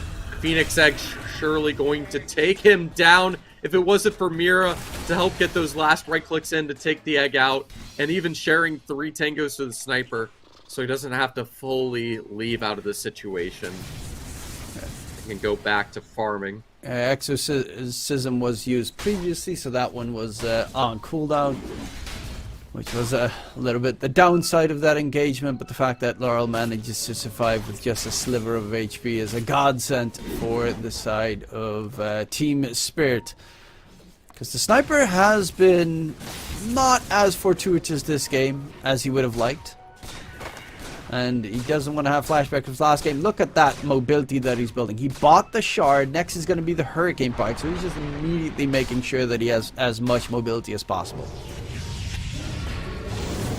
And the entire idea is they want to rely on the root, use this Atos with all of the damage they have to force Team Spirit to be stuck inside all of these ults going off on the side of Ooredoo. You can see the reason they went for it. Certainly makes sense now. Mira's going for a 4-staff as well. They're all building 4-staffs boy. on the side of Team Spirit. They need it against the Slark. They need it against the Rod of 8. They need it against all the roots that they have. And Laurel actually is trying to get away. Can they keep control over Laurel? He's dropping low. Actually, TP gets cancelled there by the Nate's Prophet because that could have been very deadly. in the process, and Omar gets out of there. They find Mira, they find Laurel, another double kill for Ooredoo. And Yatoro, once he gets his BKB done, I guess that is the moment that he is planning to join his teammates, because until that point, the Ravage Phoenix Egg combo is just too deadly. Just wanting to rotate in. You can see the sniper trying to use the Morbid Mask to recover and bring this team fight back. But now you can bring yourself a free $15 bet as a new customer through Betboom. You see those odds very contentious. Still the favor towards Team Spirit. But Ooredoo, the respect now. The odds not the 4 they were in the first game. Oh, Collapse is dead. They know. Well, Yatoro is going to TP in. Noob actually is a bit out of mana right now and trying to catch up to get the Spirit Siphons, but they have so much mobility on their side. Falling back, TA2K and Voiter. Can they get away? It seems that is going to be a success on their part. They find a 2-for-1 trade, but they kind of need the Tiny for most of these engagements on Ooredoo to be able to get the lockdown, to control the enemy, toss them back, plays like that. Because Laurel's Hurricane Pike is not going to take too long. He wants to go for the Aghanim Scepter after the Hurricane Pike. Okay, so a completely different build from the usual sniper mid. Wanting just to use him as a ranged spellcaster and just focus on having the range in the right click that he's so hard to take down as possible. The entire benefit of having this Phoenix, the Tide Hunter, everyone wants to be able to go in on this sniper. So if you can just chill back, throw some assassinates from insane distances before fully dedicating in, it helps let him be a little bit more effective, as you'll have the natures directly in the fray for you anyways. Well, they're going Roche, but there's this... Ooredoo has a really good Roche fight lineup. Phoenix Egg behind the pit, Ravage, toss back play coming in from Omar. They're going from Maboshka, who gets a hook shot. Dropping low, the roar gets thrown out, but they are bursting down the DP. Noob is actually just straight up dead. The damage coming out from Yatoro is a little bit more than they would have liked, but he's going to get controlled immediately afterwards. CA2K, do they want to extend this chase for more? He does not have his ulti, so he is going to back off, and with the Maposhka buyback, the question is, are they going to continue Roche? There is no Phoenix Egg available. There is still a very scary Watermelon in the front. They have the boars to let them get away with it. And yeah, you see they're going to follow up. They're able to chip it down so quickly. The second Ooredoo come back in to try to contest, which certainly they will. Luposhka with Mira able to just lift the Tide Hunter, keep him stalled out of the pit. And you can see he's just taking the team fight and the Roshan at the same time. Ravage eventually forced out. Oh. And they give a little bit Laurel? too much space. So this Nature's is still dead, and Laurel doesn't have the same traditional right click. Able to just barely catch Omar, relying on that concussive grenade. Not only does it give him escape, it gives him chase, it would appear. That Death Prophet has respawned, forcing the Natures after he teleports in to BKB immediately. But those boars with the taken Ancient Creep, letting them still get that Aegis and hand it to that Natures and obtain that gold. Exorcism was used as well on his second life. Does not really get anything with it. Just straight up wasted in a sense. I guess it forces the enemies back, but currently they do have that Aegis onto Yatoro. That team fight was very favorable for Team Spirit. No, this Slark is, once he gets his axe, he is a very scary hero. And there's the Ava, toss back play. Do they have the damage skill off Laurel? He has a Hurricane Pike as well, but oh no, TR2K already has the Aghanim Scepter. And Laurel is a quick goner. 4 kill streak picked up by the Slark. Now the rest of the team is on the run. He was caught farming there, but all the more reason that you want to have just this sniper go for this different build with the Ags, because it's so easy to take him out. He's not playing as the position 1 anyways. Just have him try to support his team at range, get those stuns in. that harassment so he doesn't get caught I out. don't consider myself. The hook shot goes in, not able to connect. Oh my god, the Nature's Prophet dude. With the Hawk for information, the Axe comes in and it forces the Phoenix Egg. No way for them to Oh, follow the that catch out. from Omar! Oh my god, Omar. That was huge. The control onto Yatro gets the TP out just in time, collapses in the tree line. Will he be able to disengage? They have no way to interrupt it because TA2K was just off the mark with the pounds. And they only get the Rubik. That is huge for Team Spirit. That could have been disastrous on their part. Omar's playing really Yeah, well. that was screaming like nightmare fuel for me. So good to see them recover that. Could have ended up a lot worse than it did. Well, Laurel is actually going to put his money where his mouth is. He is building up that full Aghanim Scepter at this very time, which honestly the last time I saw a Sniper Ags was when Support Sniper was the thing. Yeah. Had those metas where there was a lot of valuable carries turned into supports. You know, the Sniper, the Luna. Oh, I missed the Luna support. That one. I enjoyed it. It had I think 100 cast range talents at level 10 or something along those lines. No, I think it was it was a lot more. I think it was. You had to like two in for what, the Yeah. Lucifine? No, just in general cast range. He had like a cast back when you still had cast range talents. Dyer's top tower. Oh yeah, it might have been a bonus cast range talent. Dyer's top tower. I'd say the main thing that made it so deadly was the fact that Eclipse was like 3,000 units, so you can have the Luna just farming anywhere, and the Ags you could still just throw around the map whenever your team was team fighting, which was the entire reason you had the Luna as the support anyways. Yeah, it was a fun hero when it got played. I think it was a level 10 talent for like 300 cast range on Luna, which was insane. It was more than Aetherland. So getting any support items at that stage was just superb because you outranged everyone else on the enemy team. Now that'd be like a 20 or level 25 talent. Yeah, all the cast range talents got removed, obviously. There's going to be a chase onto the Beastmaster. His team was already backing up. Collapse was the last one lingering about. And even though they are up against an Aegis, Ooredoo feels like they're a lot more in control this game than Spirit are, because they have that quick pounce. Even though the vision gain is definitely in Spirit's favor, Ooredoo are playing without fear.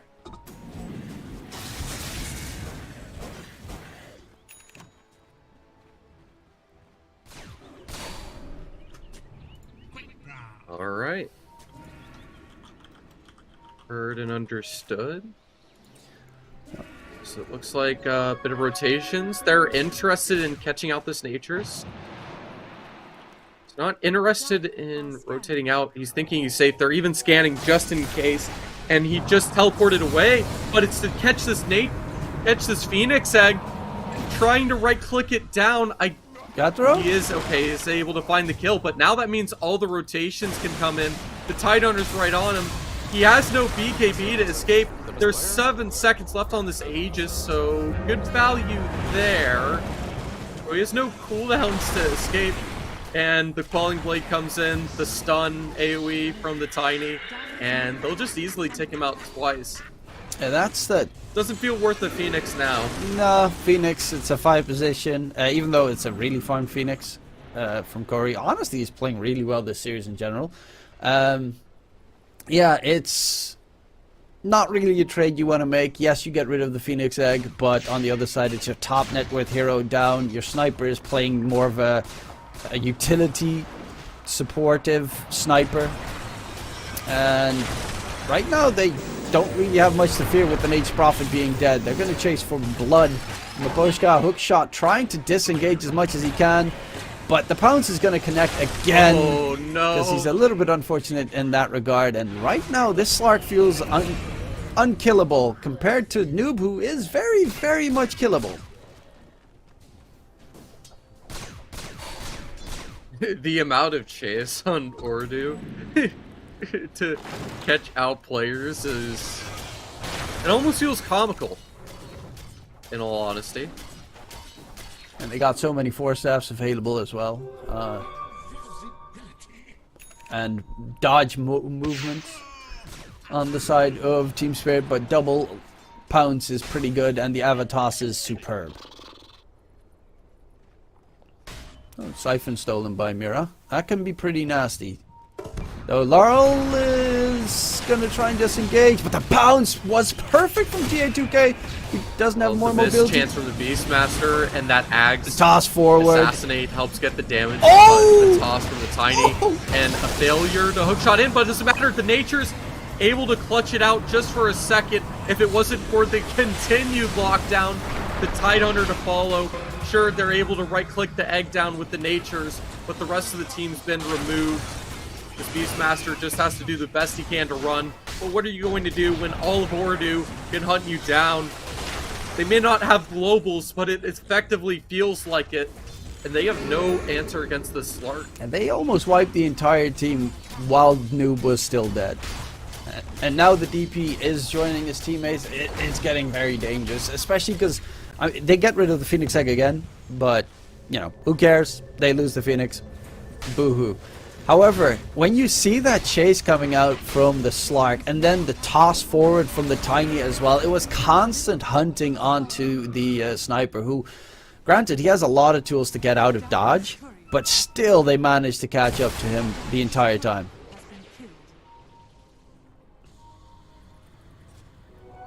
You're going to be happy with that. I guess the question is, again, the Phoenix starting to catch out info, the Nature's Prophet having to teleport immediately just to get away with his life. Barely. So scary. How do you answer the Slark? I mean, I guess the Assassinate's handy from the Sniper.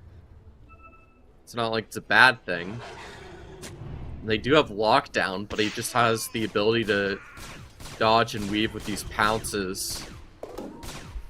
And I don't imagine a Gleipnir is going to be coming out from any of the right clicks on Spirit. Yeah, you can see the stats and the odd probability. They're favoring Ooredoo with how nice of a game the Slark's having. Yatoro has his Gleipnir, so it's a bit more control on their part. But Slark is done almost with the... Actually, he is fully done with the Scotty, so you're going to have the extra slow coming into play, healing reduction, even though there's not much healing this game compared on Team Spirit side. They're not really that sustainable until like Satanic comes into play, possibly for the Nature Prophet.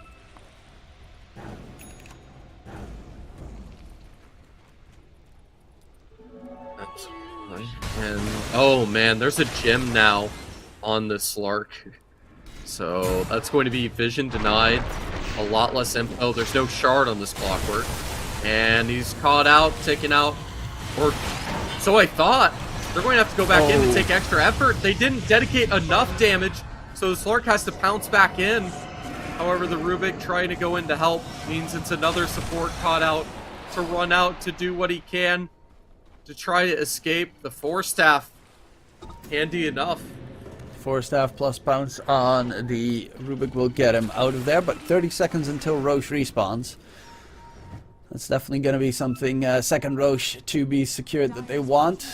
They have the shard already on... Ooh, not again. Yatro is going to get jumped. Collapses nearby. They're going to go in. The Roar gets thrown out onto the Tiny, but they need to run away because on the other side there are chases coming in. And... Collapse just barely gets the TP out. I guess the second pounce was just off the mark coming in. But they're just trying to run away on Team Spirit. Their net worth is really good though, so that's a huge plus. But they are constantly on the retreat because this Slark is 12-0-7 and he is not as fun as the Nature's Prophet, but just as deadly. They just don't have enough lockdown, but they do have the vision. Perfect hunt down, and this Tidehunter should be certainly dead, even with the limited right click on the Sniper that immediately follows up. And you can see the reason why he's trying to go for this quick assassinate, just to immediately pounce and ult away, just to be able to dodge the assassinate. Has no time to react and adjust, has to just immediately go. or else he's going to be stunned and locked down. Don't forget, you can lock down a $15 free deposit for your first sign up with Betboom. Well, into the Roche bit they seem to want to go. There is no tide for 30 seconds, and this is the second Roche. Free shard is not a bad choice here for Rubik. I definitely think that Rubik will be enjoying that one massively. Catch onto the Phoenix, who does of course have the egg, drops the egg. There's a great avalanche coming in that's locking them down. Can they kill off the Phoenix egg? It's dropping low. The Phoenix egg gets taken out, but they lose 2 of their main cores in the process. And right now, TA2K, there's nothing to hold him back. They find huge catches. Both the Sniper and the Nature's Prophet out, and Collapse will try to run away. The chase is there, goes for the TP, but they're not going to hunt him. They're going to go for Roshan instead, and they're the ones that managed to secure it with that Exorcism. They don't even need the Ravage. They have enough with Omar doing absolutely superb things on the Tiny, a 3-man Avatos, and all the time for the Slark to go ham. Just the team fight of this lineup, so strong. Team Spirit, the ones oddly enough having to rely on trying to get the pickoffs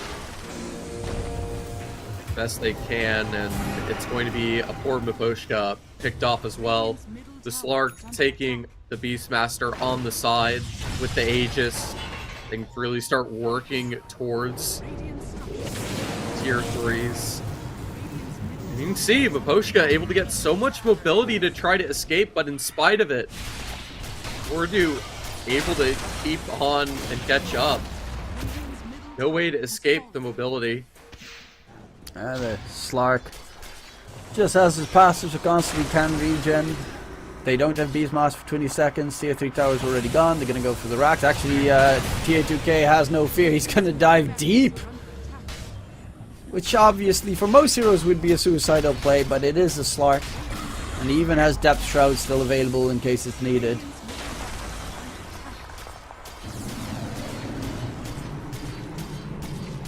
I get the idea of why you don't have the Sniper going for the right click and you're going for more of a utility build. But I don't think this Nature's has the raw right click potential in comparison to some other cores. Sure, he has the Glut in there. Still working on that next item to try to help out, and it's going to be that Hex, which I think is going to be a key difference maker. But they have to get there. It's an 8k net worth lead. Everything in Ooredoo's court. Yeah. By the way, for the people watching, if Ooredoo win this series, we will have an interview with Omar. So pop your interview questions in the chat. We'll see if we can keep our eyes on a couple of them and ask those questions for you. It'd be fun to ask about the Witch Doctor. Yeah, the first question is, did you steal that one from Gaming Gladiators?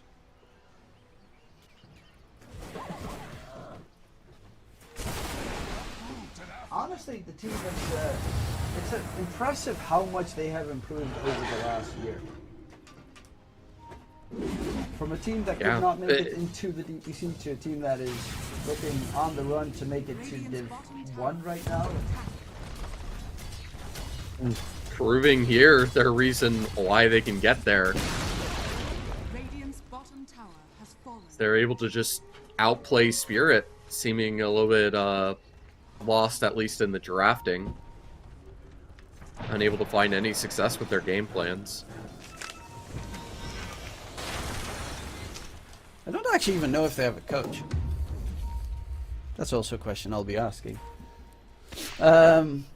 But yeah, the game is still not done. You are up against an Nature's Prophet. He has split push potential to a heavy degree. Even though Sniper went for more utility, it is pretty nasty to deal with. Actually, Yataro's got the Scythe available. Noob. Okay, he's going to TP towards the rest of his team. While TA2K is going from a Poshka who gets hexed in the process. Is that a Phoenix with a Scythe? Or who just hit him? Right there, Miposhka gets controlled up. Does he get taken down? No, not just yet. Actually, TA2K needs to quickly skedaddle out of there while their top lane is being pushed in as we speak by the Nature's Prophet. together with the Beastmaster toss back The play. competition of the split push.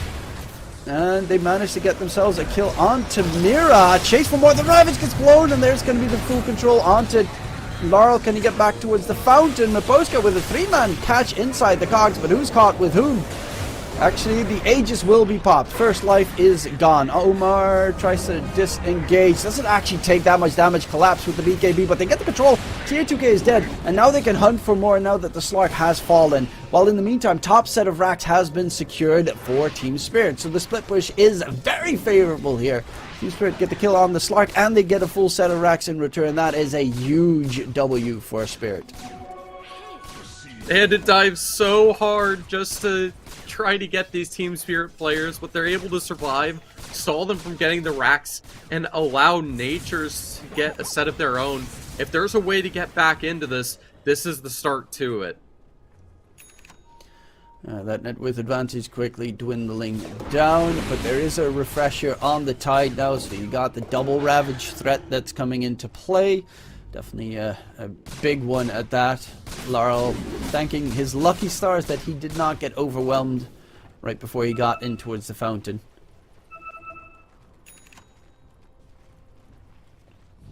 Still just so good. See, they're setting up. They want to push this tier 2, and with all the creeps and additional spawning of the Beastmaster, going to be able to easily find that. Going to be happy with that Ancient Golem to help make them more tanky. So they're going to have to spend a lot of these times directly in the fights. And Etherlin's on the Sniper. Yeah, that's not a, you know, normal sniper build that you see every game. Ocarina is pretty Far nice from though. it. To have the extra cooldown reduction, because Assassinate with the Ags has a very reasonably short cooldown. A very expensive mana cost, though, which the Octarine also helps with. Gives all that raw, just HP and mana. Bit of a smoke gank. This Rubik could be caught out any second. Well, they're gonna go in. Rubik does not have a buyback. You can see it, the Assassinate, it turns things around, trying to... Oh, Omar which almost eliminated the Assassinate. Barely not finishing him off, but there's a Miposhka in the bottom lane trying to do his best to escape.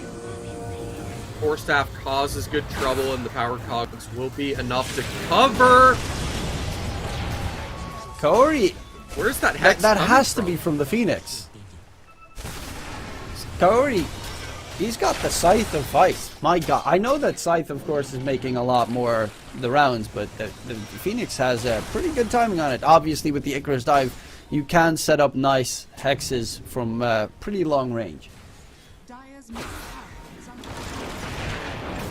I feel like the odds favoring Spirit, not as much as it should. They're certainly behind. There is strengths of this Ooredoo draft. Dire's middle tower is under This is Team Spirit we're talking about after all. OTA 2K. And the Silver Edge, he could go for the break on the Slark, the follow-up silence. Still not even using the Hex, doesn't need to use it. Stunned for too long, the BKB allows him to ignore any of the plays from this Tidehunter to try to counteract, and he'll just be taken out as well.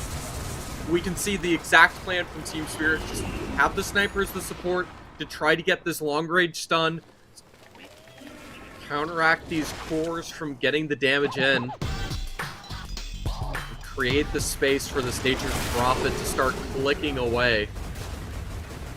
Yeah, Yatsuro was really on top there. He expected the play to come in, the Ravage to be thrown out. Noob's going for the fight here. Does need to be a little bit careful, but there's Tier 2K. If they don't have full lockdown over this Lark, it's going to be a little bit tougher, and Mira will be taken down, but it did cost them a bunch of buybacks. Laurel with the TP out. Oh my lord, again, just barely. It's a sliver of hope that they managed to get out of there. Exorcism was used in the process. Roche is up in 25. That's going to be the third Roche. There will not be a Rubik for it, but they do have a lineup. At that time, there should be The Ravage possibly back as well. It's a little bit dicey to fight for it without the Rubik. But you also don't want to give away that Roshan top side. The gem gets dropped.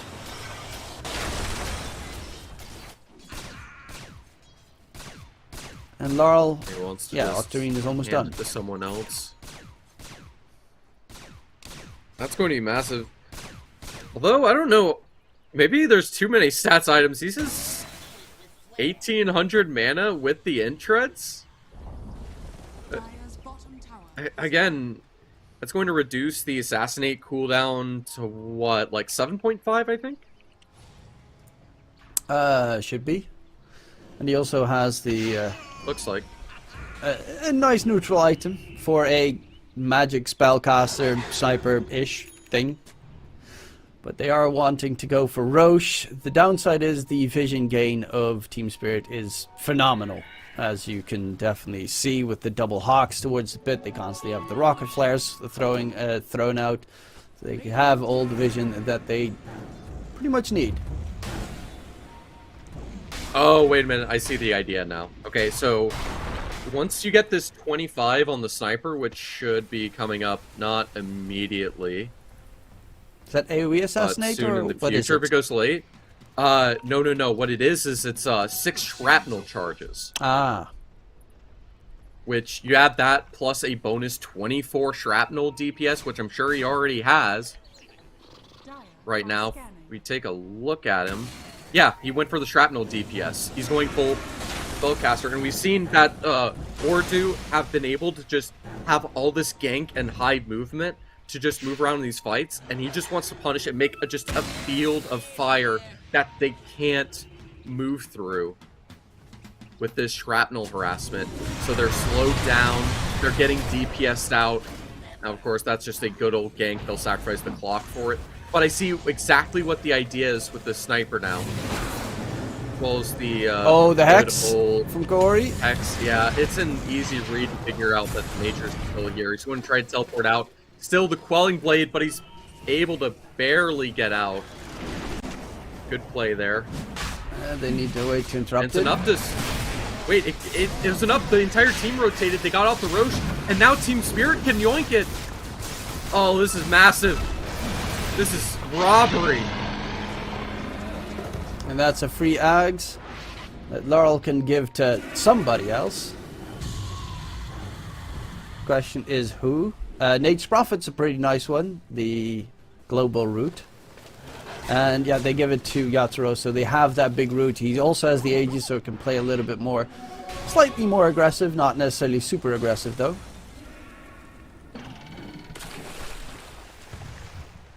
But all of a sudden, Team Spirit feel very comfortable in their game. If the Slark just hit that bash onto the Nate's Prophet, they probably win.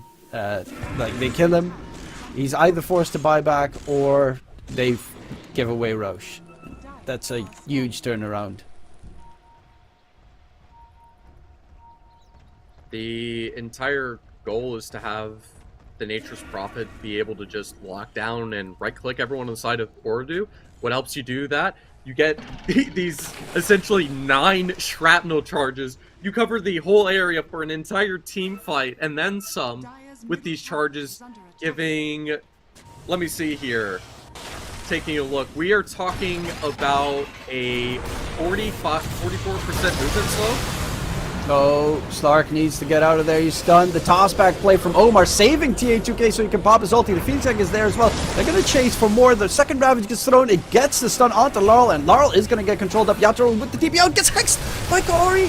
Kaori is again on his tippy toes. The man is too fast to respond, and there's going to be the control. Ravage stolen by Mira comes out. Yatoro, though, still gets hexed in the process. Actually, Yatoro they're going back in on this. They all buy back to rejoin the fray, but they get the control here. Yatoro is going to get completely stunned up in the process. They manage to take down Yatoro, but he fully buys back. They get the kill onto TA2K. No, Slark, no. Tied for the foreseeable future.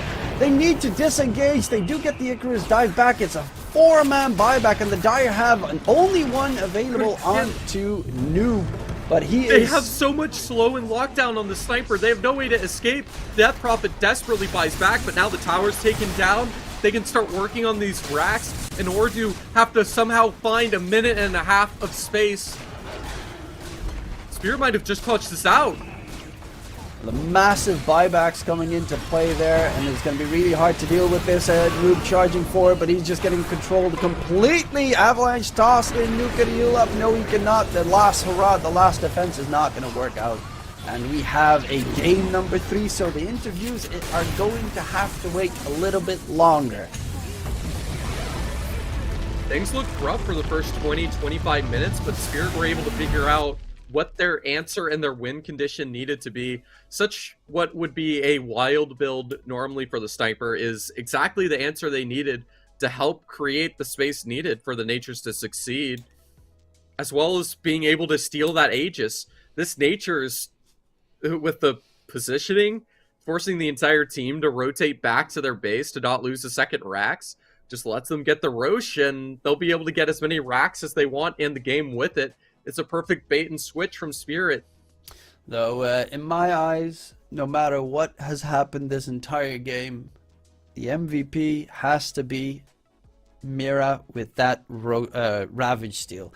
That Ravage doesn't get stolen and doesn't get used, they don't win that team fight in no scenario. So that was, in my eyes, the most perfect possible play that he could have handled. Obviously, they're probably going to give someone else the MVP, but in my eyes, it has to be Mira with that one specific play to win the game. And it is going to be Yatoro. It's not too surprising, obviously, the split push, the farming. He was the top net worth of the game by a significant amount.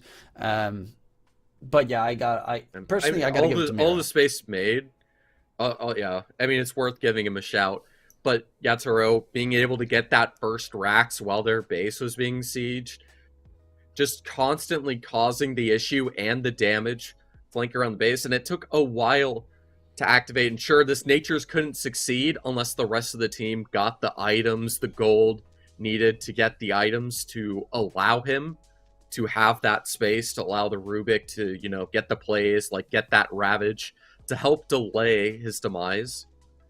So that even after he dies twice, the buyback can come on in and then catch the Slark out. But someone has to give them the space to get there. Yeah, they did fall behind significantly, but they came back in true Spirit fashion, knowing exactly the timings. And the buybacks, they knew if they take that fight there, get the buybacks in, they would be able to win it. And they did indeed, with all the spells on cooldown. We'll be going towards a short little break, ladies and gentlemen. We'll be right back for game number 3. Indeed, game number 3 between Ooredoo Thunders and Team Spirit. We'll be right back.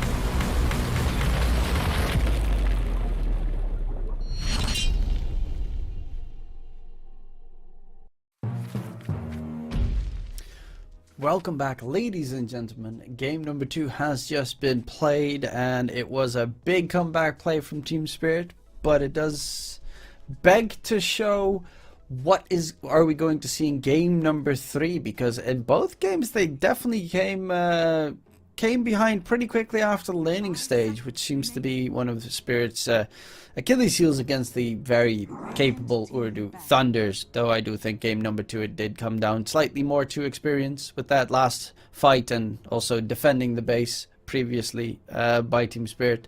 But in game number 3, what do you expect us to witness here, Trevor? Oh, we can already witness the Lena Treant. Identical ban to the last game, even the Enchantress ban. Something they're really afraid of Team Spirit having, I suppose. Yeah, would not be too surprising. Maposhka and, if I'm not mistaken, Mira also plays it.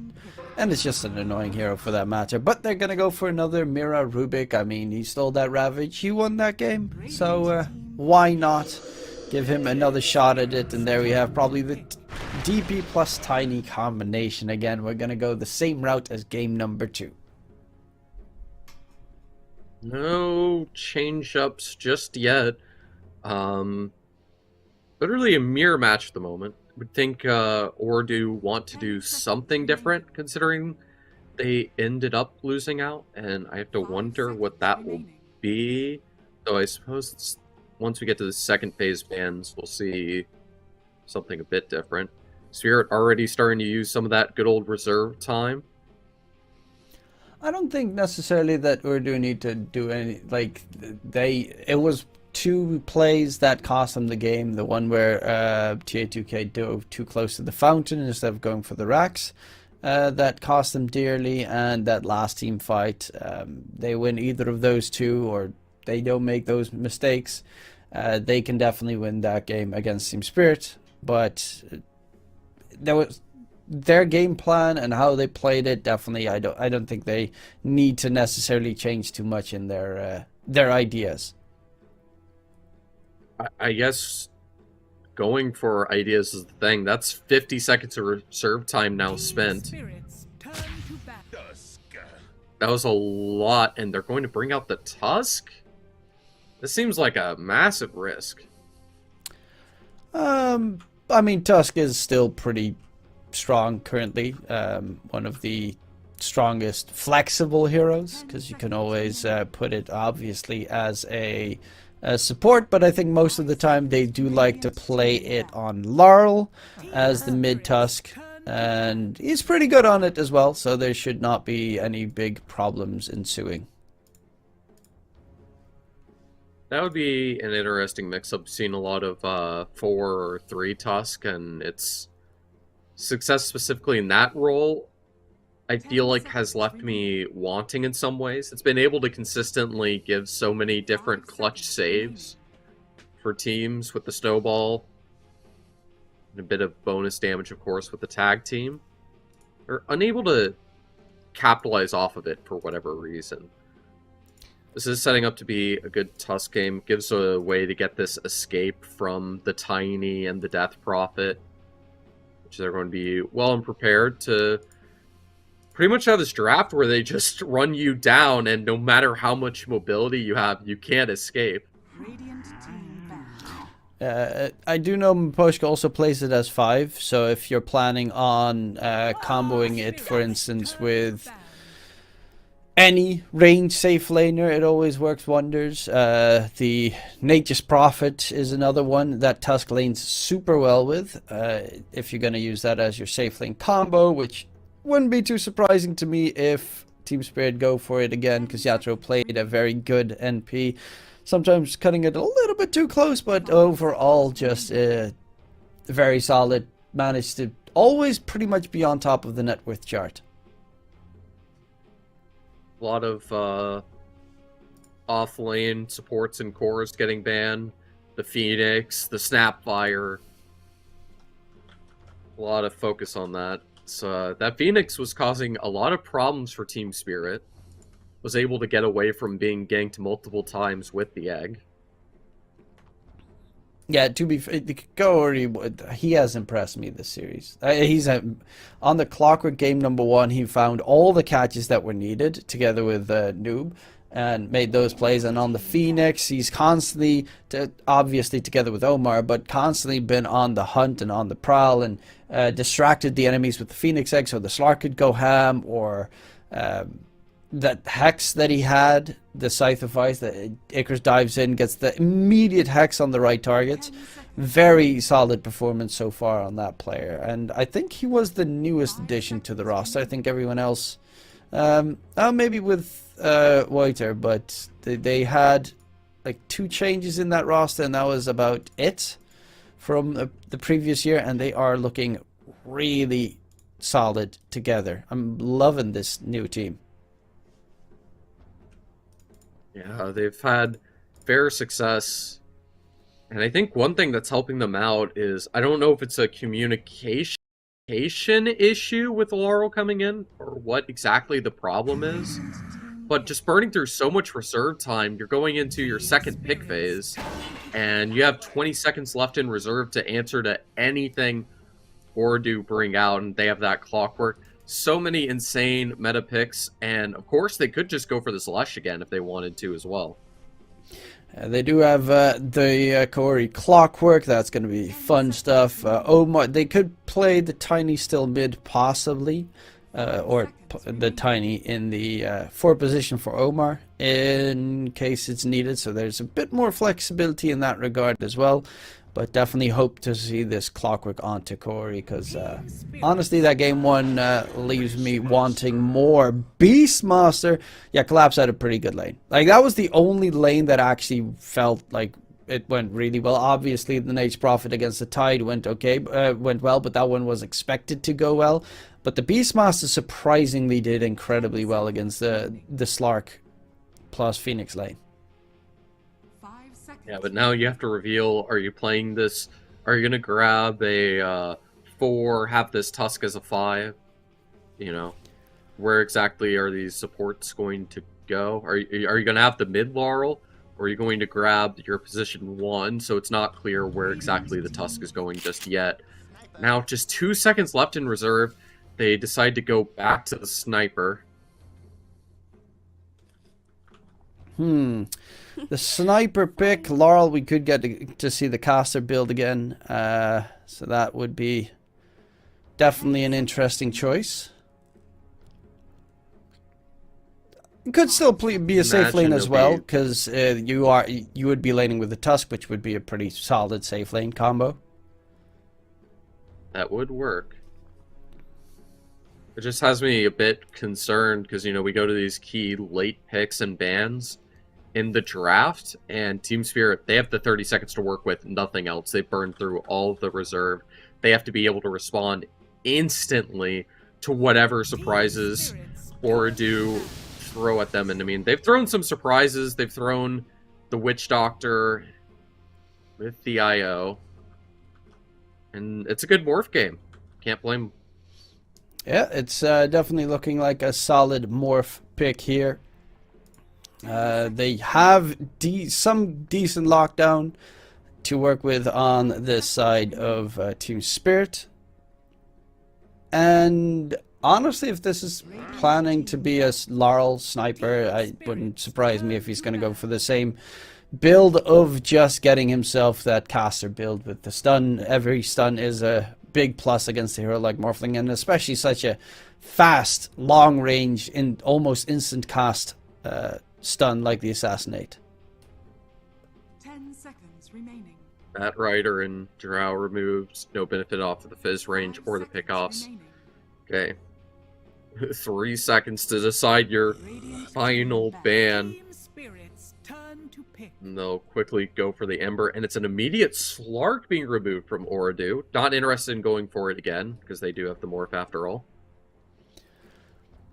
And maybe a mid for Noob, though I have a feeling we'll just see him on DP again, and it's the Wooter off lane.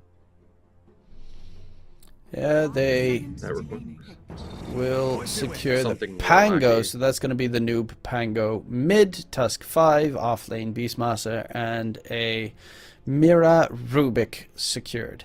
So it's a safe lane sniper. This time it's not going to be... sorry, it's not noob Pango, it's Laurel Pango, Laurel. Pango, but it will be a safe lane sniper then. 5 seconds remaining. But now they can freely spend a full minute and a half here, almost 2 minutes in fact, to just decide what's going to be the best hero in the entire pool to succeed in this off lane, to find the flexibility, or even change it up, have the DP go to the off lane, go for a mid instead. It's really up to whatever they're feeling, and they can go for anything. And you can see they're spending this time to work with. This is the game number 3. This is so important, and they don't want to miss a beat. And every single play they've gone for, as wild as some of them seemed, every single bit of it's been successful. So I see zero reason to lose that confidence. Noob is a Pango player, so he definitely knows his way around the hero. So he definitely knows what he can play against. It could go for the DP himself, because 1+ of the DP is with Exorcism. You are very fast, so you can try and dodge the Rolling Thunder. And if that's the case, then they're looking for an offlaner to deal with the Sniper Tusk lane. Yeah, they're definitely different options here that they can go for. It wouldn't surprise me if Noob goes for another DP mid, even though he did not have a great time last game. Yeah, he's going for the puck. That one is pretty easy to dodge anything that the Pango throws at you, and it is probably Noob's best hero, so you're going to see Waiter on the DP. I think this is the better choice, even though it's not necessarily the best. Like, Sniper's pretty good against DP, but Noob definitely did not have the same impact as what we expect from Noob. In that game number 2, he kind of struggled for the most part. It also gives you so much lockdown against this sniper, which you're relying on to be your safe lane this time around. And I don't think Team Spirit have the ability to save him like they'd like to. I think this puck's a fantastic final pick after deciding. And as long as they have that safe lane morph to follow up with the puck, they should be able to constantly pick off this sniper before he has a chance in these fights. And I'm prepared for Ooredoo to take this 2-1. Yeah, I think they've got good catch for the sniper. I think it's very reasonable to expect that they Ooredoo could take this if they kind of play it the same route. That is, if they have that dominance in the early game, they can start to get to snowball territory. Once Noob gets his Witchblade, his damage is going to be outstanding to get solo kills all over the map. You join in with Koori on his hook shots with the... They have a lot of catch on their side. They've got the Tiny as well, the Clockwork hook shots, the puck. They'll be able to hunt down this sniper for the most part. And it's probably going to be a lot of 4-staffs on the side of Team Spirit again to try and be able to circumvent this chase. Yeah, that's the issue. You're investing not a non-existent amount of gold, but it's not the most expensive. But having to collect 2,200 goldish to throw it just into a utility 4-staff, certainly not the most free of situations.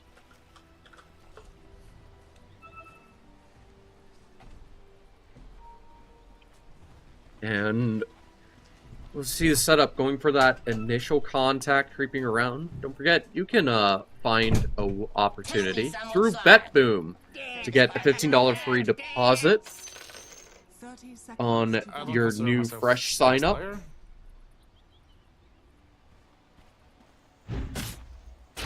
Setting up. Like, this Tusk is interested in attempting this first blood, but of course, the puck able to just orb out of there, deny the opportunity. Patiently take their time real quick, setting up.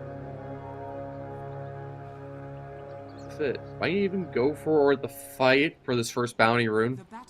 Beastmaster considering going up the cliff. He'll wisely decide a better decision.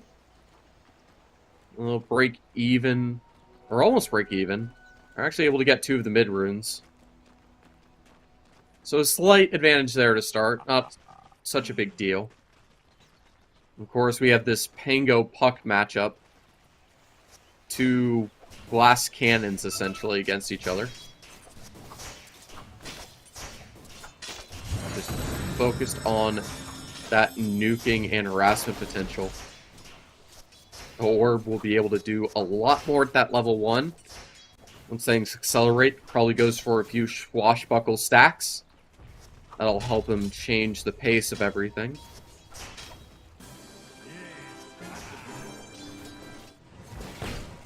Build should be interesting enough, and this Rubik's getting shipped down hard. We're trying to get a decent response on the Kaori. The entire goal is to give as much gold and space as possible to TA2K. That has been so deadly in this series so far, and shows no signs of stopping. Clockwork's able to just get the battery assault harassment in. Beastmaster's having to deal with it. Throw the axes, force a bit of miss chance.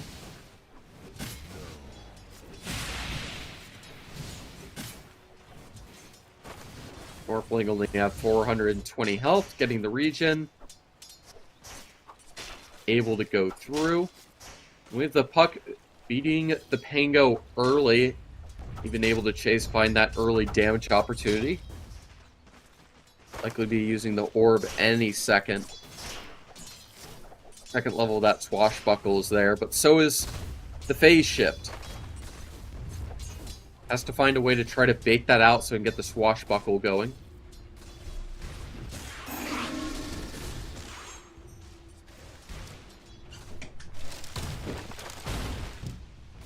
Tusk has to deal with a tree getting lobbed his way. Bony one. Still a tree. What the? Just good in its value of calcium. Gotta get that value. The mid matchup is looking pretty decent here for Noob. Being able to dodge most of these swashbuckles and keeping the sustain on his side. There is one plus, of course, that the Pango has over the Puck, is that you can just go into the roll-up when you're dream coiled, which is ridiculous that that's a possibility. That is just the Pango's plus in a game these days. I think that shard might be a little bit overtuned. Maybe. I mean, that's the entire reason why they can't buy them until the 15-minute mark. I mean, some of them are really good, some of them are just not good at all. But Just how it's going to be. I do love shards. The one thing that shards bring to the table, though, is the fact that honestly, so many shards counter a lot of heroes. Shards that you normally would not choose to get. But like a meatbow gets countered by a ridiculous amount of different shards. And that really has destroyed the hero in a sense. That's a good way to describe it. Just having the effect of destroying the hero. Yeah, it's a hero that has plenty of problems. As does Waiter right now. Takes a lot of damage from the top lane at the moment. Sniper's having a really good time, obviously, with the range, and with a Tusk supporting him, he should be just fine for the most part. They have, of course, a way to possibly kill him if they get like a good toss-back play, throw him back towards the tower or the DP, and then they could run him down if the Tusk is not nearby. Yeah, the Puck, one of these characters, that can get away with not losing too much in the mid lane while orbing to farm some additional jungle creeps. Able to just get that step ahead. Meanwhile, Mira getting a step behind as the Clockwork gets him trapped in some cogs. Set up to use the stun to try to follow. Barely able to get out of that. At least he's able to find that space. Meanwhile, Yutaro able to snack on Omar's courier and will snack on Omar on top of it. Yeah, that's first blood secured for Team Spirit. And bottom lane, it got very close right now. Speaking of close, they're going in. TA2K gets a kill onto Collapse, but not before Collapse at least gets the experience onto Kaori. Mira wants to go for more, but TA2K can just swap towards Strength and should be fine. It's always a little bit dangerous. Mira has level 2 Fade Bolt. Whiter is being slowed down completely, and with the headshots from Yatoro coming through, can Whiter get himself out of there? Laurel in the meantime dies to Omar's rotation towards mid, but it is going to be Whiter losing his life, and that sniper's having a really good time, but so is Noob in that mid lane matchup. Level 6 on the puck. Great combo as well with the Tiny. If you get the Dream Coil plus Toss combination, you snap the coil and you have a very lengthy stun. Don't forget, you can get a lengthy $15 deposit by going through the banner below in the stream. Not a lengthy process to sign up, of course. Dire's middle tower is under attack. Quick and easy, and man, that puck mobility. Just so disgusting. Doing everything they can to try to catch the puck, and in fact, looks like still trying to. Interested in trying to find her in the jungle. It's going to be the goal of both of these supports. Forcing the retreat, not being seen. Scanning. Even to scan just to check to make sure this puck is in fact safe. I think that's where the benefit comes in. The fact that this Death Prophet is not having a nice time and the sniper's able to profit off of it. Well, there's a sentry ward, so they know that Maposhka was in his right next to them. And they are going to go in onto Kaori. That should most likely be a dead Clockwork. Waveform forward. TA2K does manage to find a kill in return, while Noob gets another kill onto Laurel. And it seems... was that a solo kill? Because right now that is a big puck in the game. I would certainly say so. That's nice.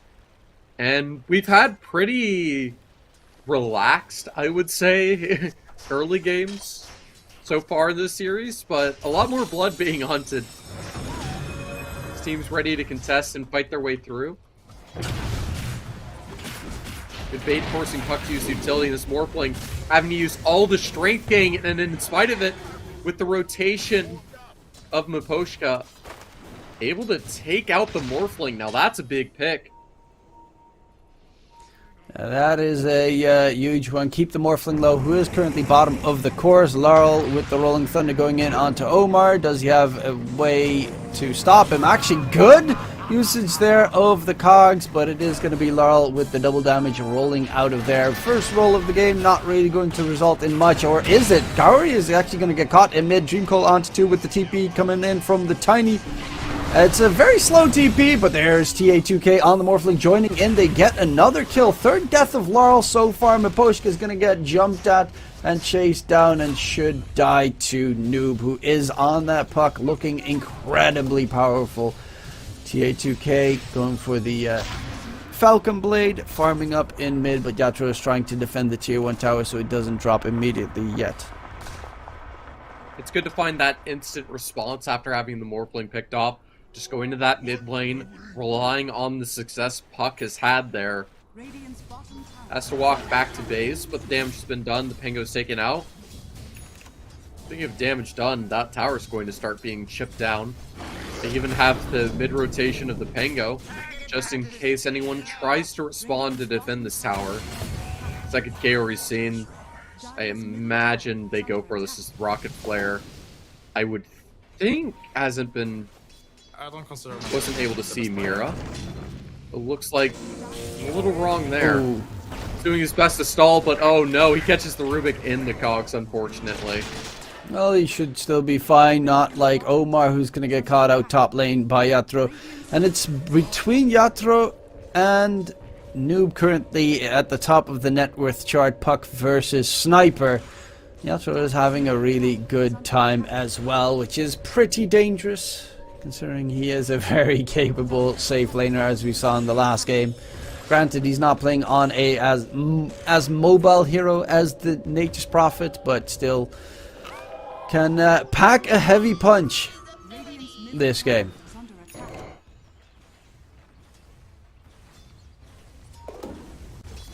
I'd say that's a pretty appropriate way to describe it. Feels like, I mean, maybe he's been nerfed enough into the ground. This Morphling should be able to outscale later. But being able to steal away, that's a bit unfortunate for Noob to be caught out. Mira able to finish him off. Finally, Laurel being able to get some damage in onto Noob, because I think all 3 games so far he's had a big struggle in the mid lane. Collapse bottom is going to get the roar off onto TA2K, and actually wants to throw in a little bit of extra damage, but there's no backup coming in. It's kind of interesting to see Collapse stay in the area trying to man fight them, even though there is no support coming his direction.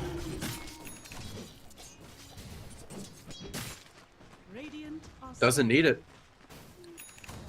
You need support when you got Boars and a Hellbear Smasher to help you out. I have a Falcon to keep the eye in the sky. Have everything you want. It's the fact that he plays so confidently by going back on the aggression there that they expect a rotation to come through. The moment he walks back in to right-click the Morphling, they're like, okay, we gotta get out of here. Mira must be somewhere. Or Miposhka must be somewhere. Or Yatoro just right-clicks Voiter down from long range. Sniper, Javelin done, Mask of Madness, has the headshots obviously coming into play. And he's doing a significant amount of damage here on the Sniper already. Yeah, understandably scared. They've been able to catch both the Puck and Morphling, 2 characters that are normally evasive enough that you should be able to take them down with no issue. Instead, it's a barely missed hook shot onto the river. Even in fact, the Pego turning around, willing to start taking this fight, and the Puck's going to start the harassment, but deciding to go the other way. It's a wise idea. Noob has the Witchblade now, so his damage is definitely up to snuff to try and get a kill. Can even have that solo kill potential because of it. But they're keeping the game pretty close as we speak. No chase onto Omar, snowball in, avalanche in return. Omar's going to get taken down. Actually, Miposhka gets tossed further forward, and Miposhka will die as well. So a 1-for-1 trade coming into play. They keep everyone out of the dire jungle, which is also a big plus. Collapse is rotating towards mid to get the tier 1 tower as well. And they're really trying to open up the map so the Sniper can get all the farm needed.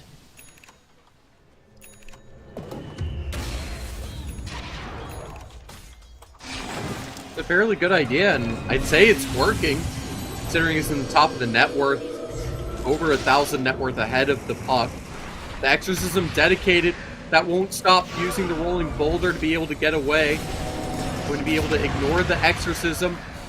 And with the Beastmaster Roar, with the flank, and even the Sniper rotate, so much damage to be pumped out. Pingo almost being isolated, and he'll even stick in the fight to make sure to get that XP from the Sniper, obtaining the kill onto the Morph. The Puck will be able to take out Beastmaster at least. This should be a lost mid tower, and it might cost him everything. The Rubik coming in clutch, Mira locking him down, and they've lost the entire team in this team fight, and a mid tower. Yeah, that's a Sniper. That's already 2k net worth ahead of anyone else in the game. Yatoro showing us why he's the safe laner of the team, because he is doing an impeccable job this series. Though it's a bit problematic. They're 4k behind on Ooredoo Thunders right now. And their heroes, especially Morph, is not a super good hero when you're an item timing behind the enemy.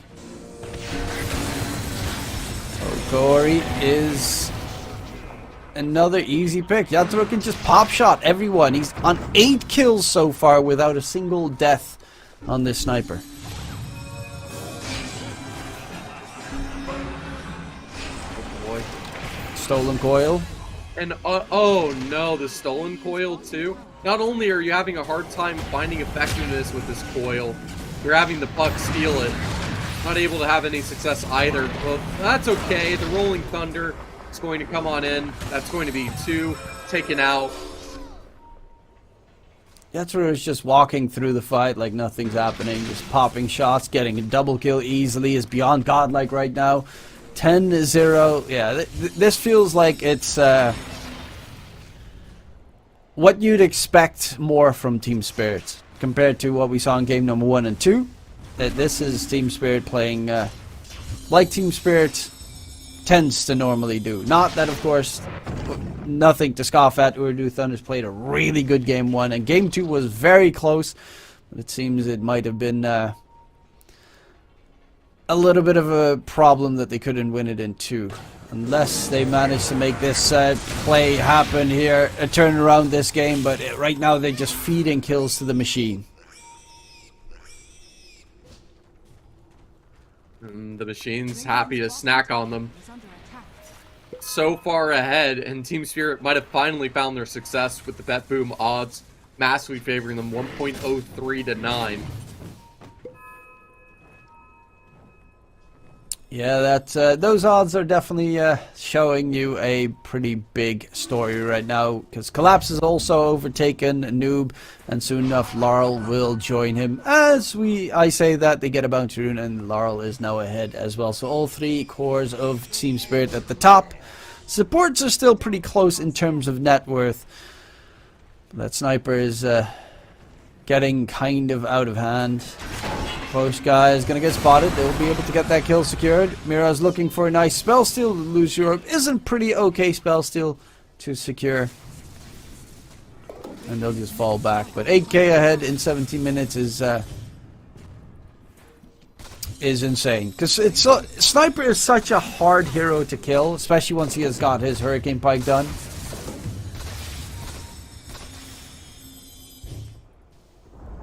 Nice damage that can be used as a info and a farming tool. We've heard both the Rubik and the Puck spamming illusionary orbs all over the map.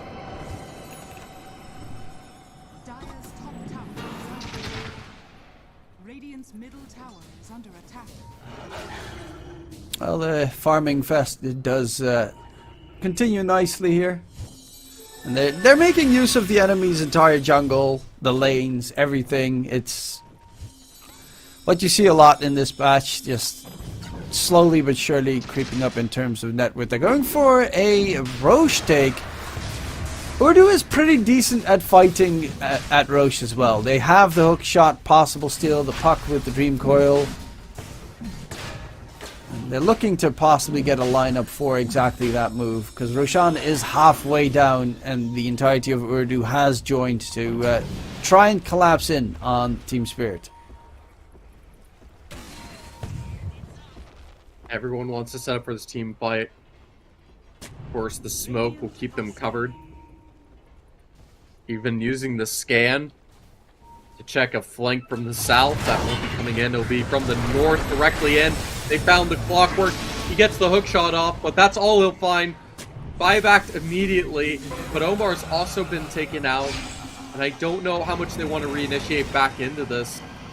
Yeah, Laurel just roll up, Rolling Thunder. Doesn't care about your Dream Coil shenanigans whatsoever. And we'll be able to get out. Assassinate from Yatoro to add insult to injury. Secure that kill. And Roche should be able to be taken. Hookshot was used, so that is going to be on cooldown for the steal potential. Then it's all going to come down to Noob trying to get into the pit in time. If they're going to even attempt to steal.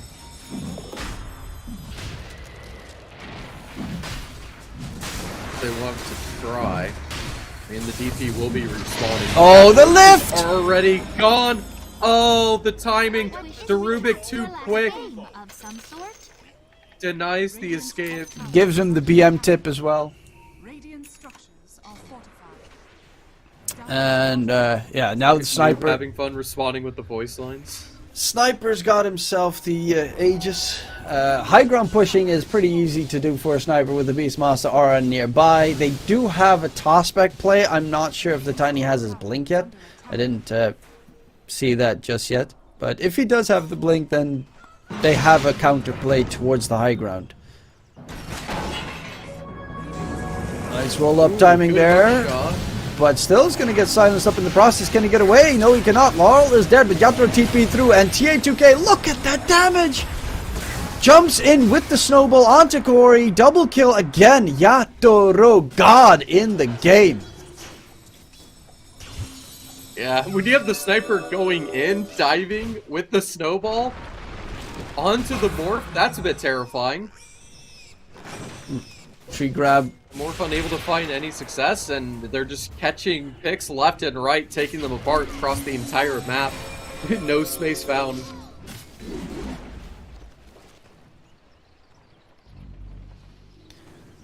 All the tier 2 tower, all the outer towers should be secured, especially with this Aegis. Morphling is significantly behind in terms of net worth. I'm actually surprised that the supports are still doing so well for the side of Ooredoo Thunders. Radiant's middle tower has fallen. I'm amazed. But I'm also amazed at how much this net worth lead is. It feels like it's been slow and steady, but the net graph gain is very drastic in comparison. Oh, Laurel. Oh no. Swashbuckle hits him. Oh, just long my range. goodness. That's pretty neat. Jump in. They're actually going for collapse. Can they kill him off with the waveform in? And the roar gets thrown out. The Morphling takes a lot of damage. He's actually going to die to the creeps. Oh, the turnaround play comes through. Snowball chase for more. Walrus Punch holds down Omar while the rest... Immediately Mira is going to chase forward. Can they interrupt the TP? Yes, they can, because he stole the cogs. And they'll even find the Clockwork in the trees, trying to get himself out of there. Woiter and Corey both going to get locked down. Snowball in from Maboshka. The damage should be there. The Swashbuckle secured. And it's going to be the GG call after the team wipe has been made. Team Spirit in game number 3 do not want to toy around. They win this one very cleanly, and with a 17k net worth lead in 22 minutes. It's good to see them make that draft succeed.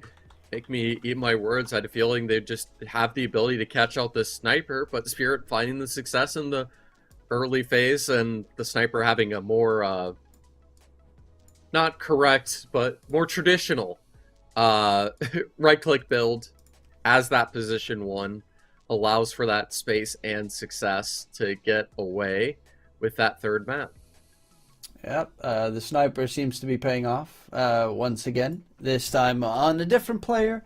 But Yatoro in full control there. Honestly, don't really expect it to be anything else than Yatoro gets the MVP for that one, because he was kind of insane in his showdown. As you can see, 13-0 and 6 for the sniper safe lane. Easy does it, mum's the word, and no problem whatsoever on their part.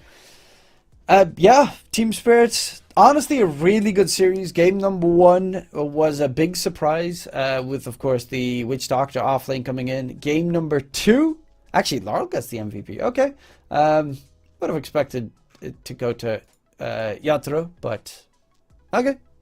Laurel has had some struggles against Noob though. Definitely struggled. I think all 3 mid matchups has had some problems against Noob. Noob played a really good series. Yeah, but to have those struggles and come back in the game 3 just mentally prepared to recover and have such an insane performance on that Pangolier, something I was worried about. The puck was supposed to be the answer to counter it, but being able to just outplay it essentially on the Pango was very impressive to see, and it's well earned. But even if they lost out, this Ooredoo lineup is terrifying. Yeah, they're pretty good. Ooredoo is pretty good. They were up against, you know, a TI champion team, second in Eastern Europe Div 1, while they're themselves playing in Div 2 of Western EU. So no problems here. They definitely showed their stuff. They will be dropping, of course, towards the lower bracket, where they will be playing up against Hellraisers will be their next match. I think that one's probably going to be, yeah, that one will be tomorrow for them. But there will be another series coming up momentarily. That's going to be Alliance versus Virtus Pro. That is a pretty big match, because that's going to be elimination for either of those two teams in the lower bracket. We are getting trying to get confirmation if we'll be having an interview with someone from Team Spirit or not. That is currently still in progress. We'll let you know momentarily. But yeah, game number 3 was just clear cut and dry. But game number 2, I really want to know what the idea was for Spirit. Were they confident that they'd be able to win that game number 2 the entire time through? That's what I want to know. Yeah, it was certainly terrifying. I think everyone was a little bit concerned of the 2-0. And I mean, there was a chance for Ooredoo to be able to find it. Just a bit more experience so they know how not to make those mistakes in future. It just takes time and practice. I mentioned this is one of those lineups that have been grinding their way through. Used to be entirely non-existent. So being able to get that grind, their position to get through the DBC, get up to that Division 1 at the least soon enough. I can't wait to see more from them. I think there's a lesson to be learned. You know, they have these creative ideas and they're getting rewarded for it, and they do deserve that. And I'm thinking about, as we start thinking about our next game. Okay, there we go. There will be an interview with Team Spirit. There will be quickly figuring out who we will be able to talk to. That is the big one. Yeah, so about this team in general, the Ooredoo Thunders that are looking pretty nice. Their latest 2 additions to the roster were Corey, that came in, I think, last year. No, not November, October, I think. No, maybe September. Actually, I think September. So he joined in September, and then afterwards came Voiter, which joined in November, and then they had, you know, time to practice and get used to each other. But they are looking really good. Of course, they're getting a lot of support. I think they're from a big, like, Qatarian telecom company that it has created this team, and they're getting a lot of support on that end with like boot camps and everything. So that they are building this team to become contenders on the big stage, and definitely are on their road to that place, because they have Kaori has definitely been outstanding. He's only 20 years old. Noob obviously was probably, together with TA2K, the most experienced player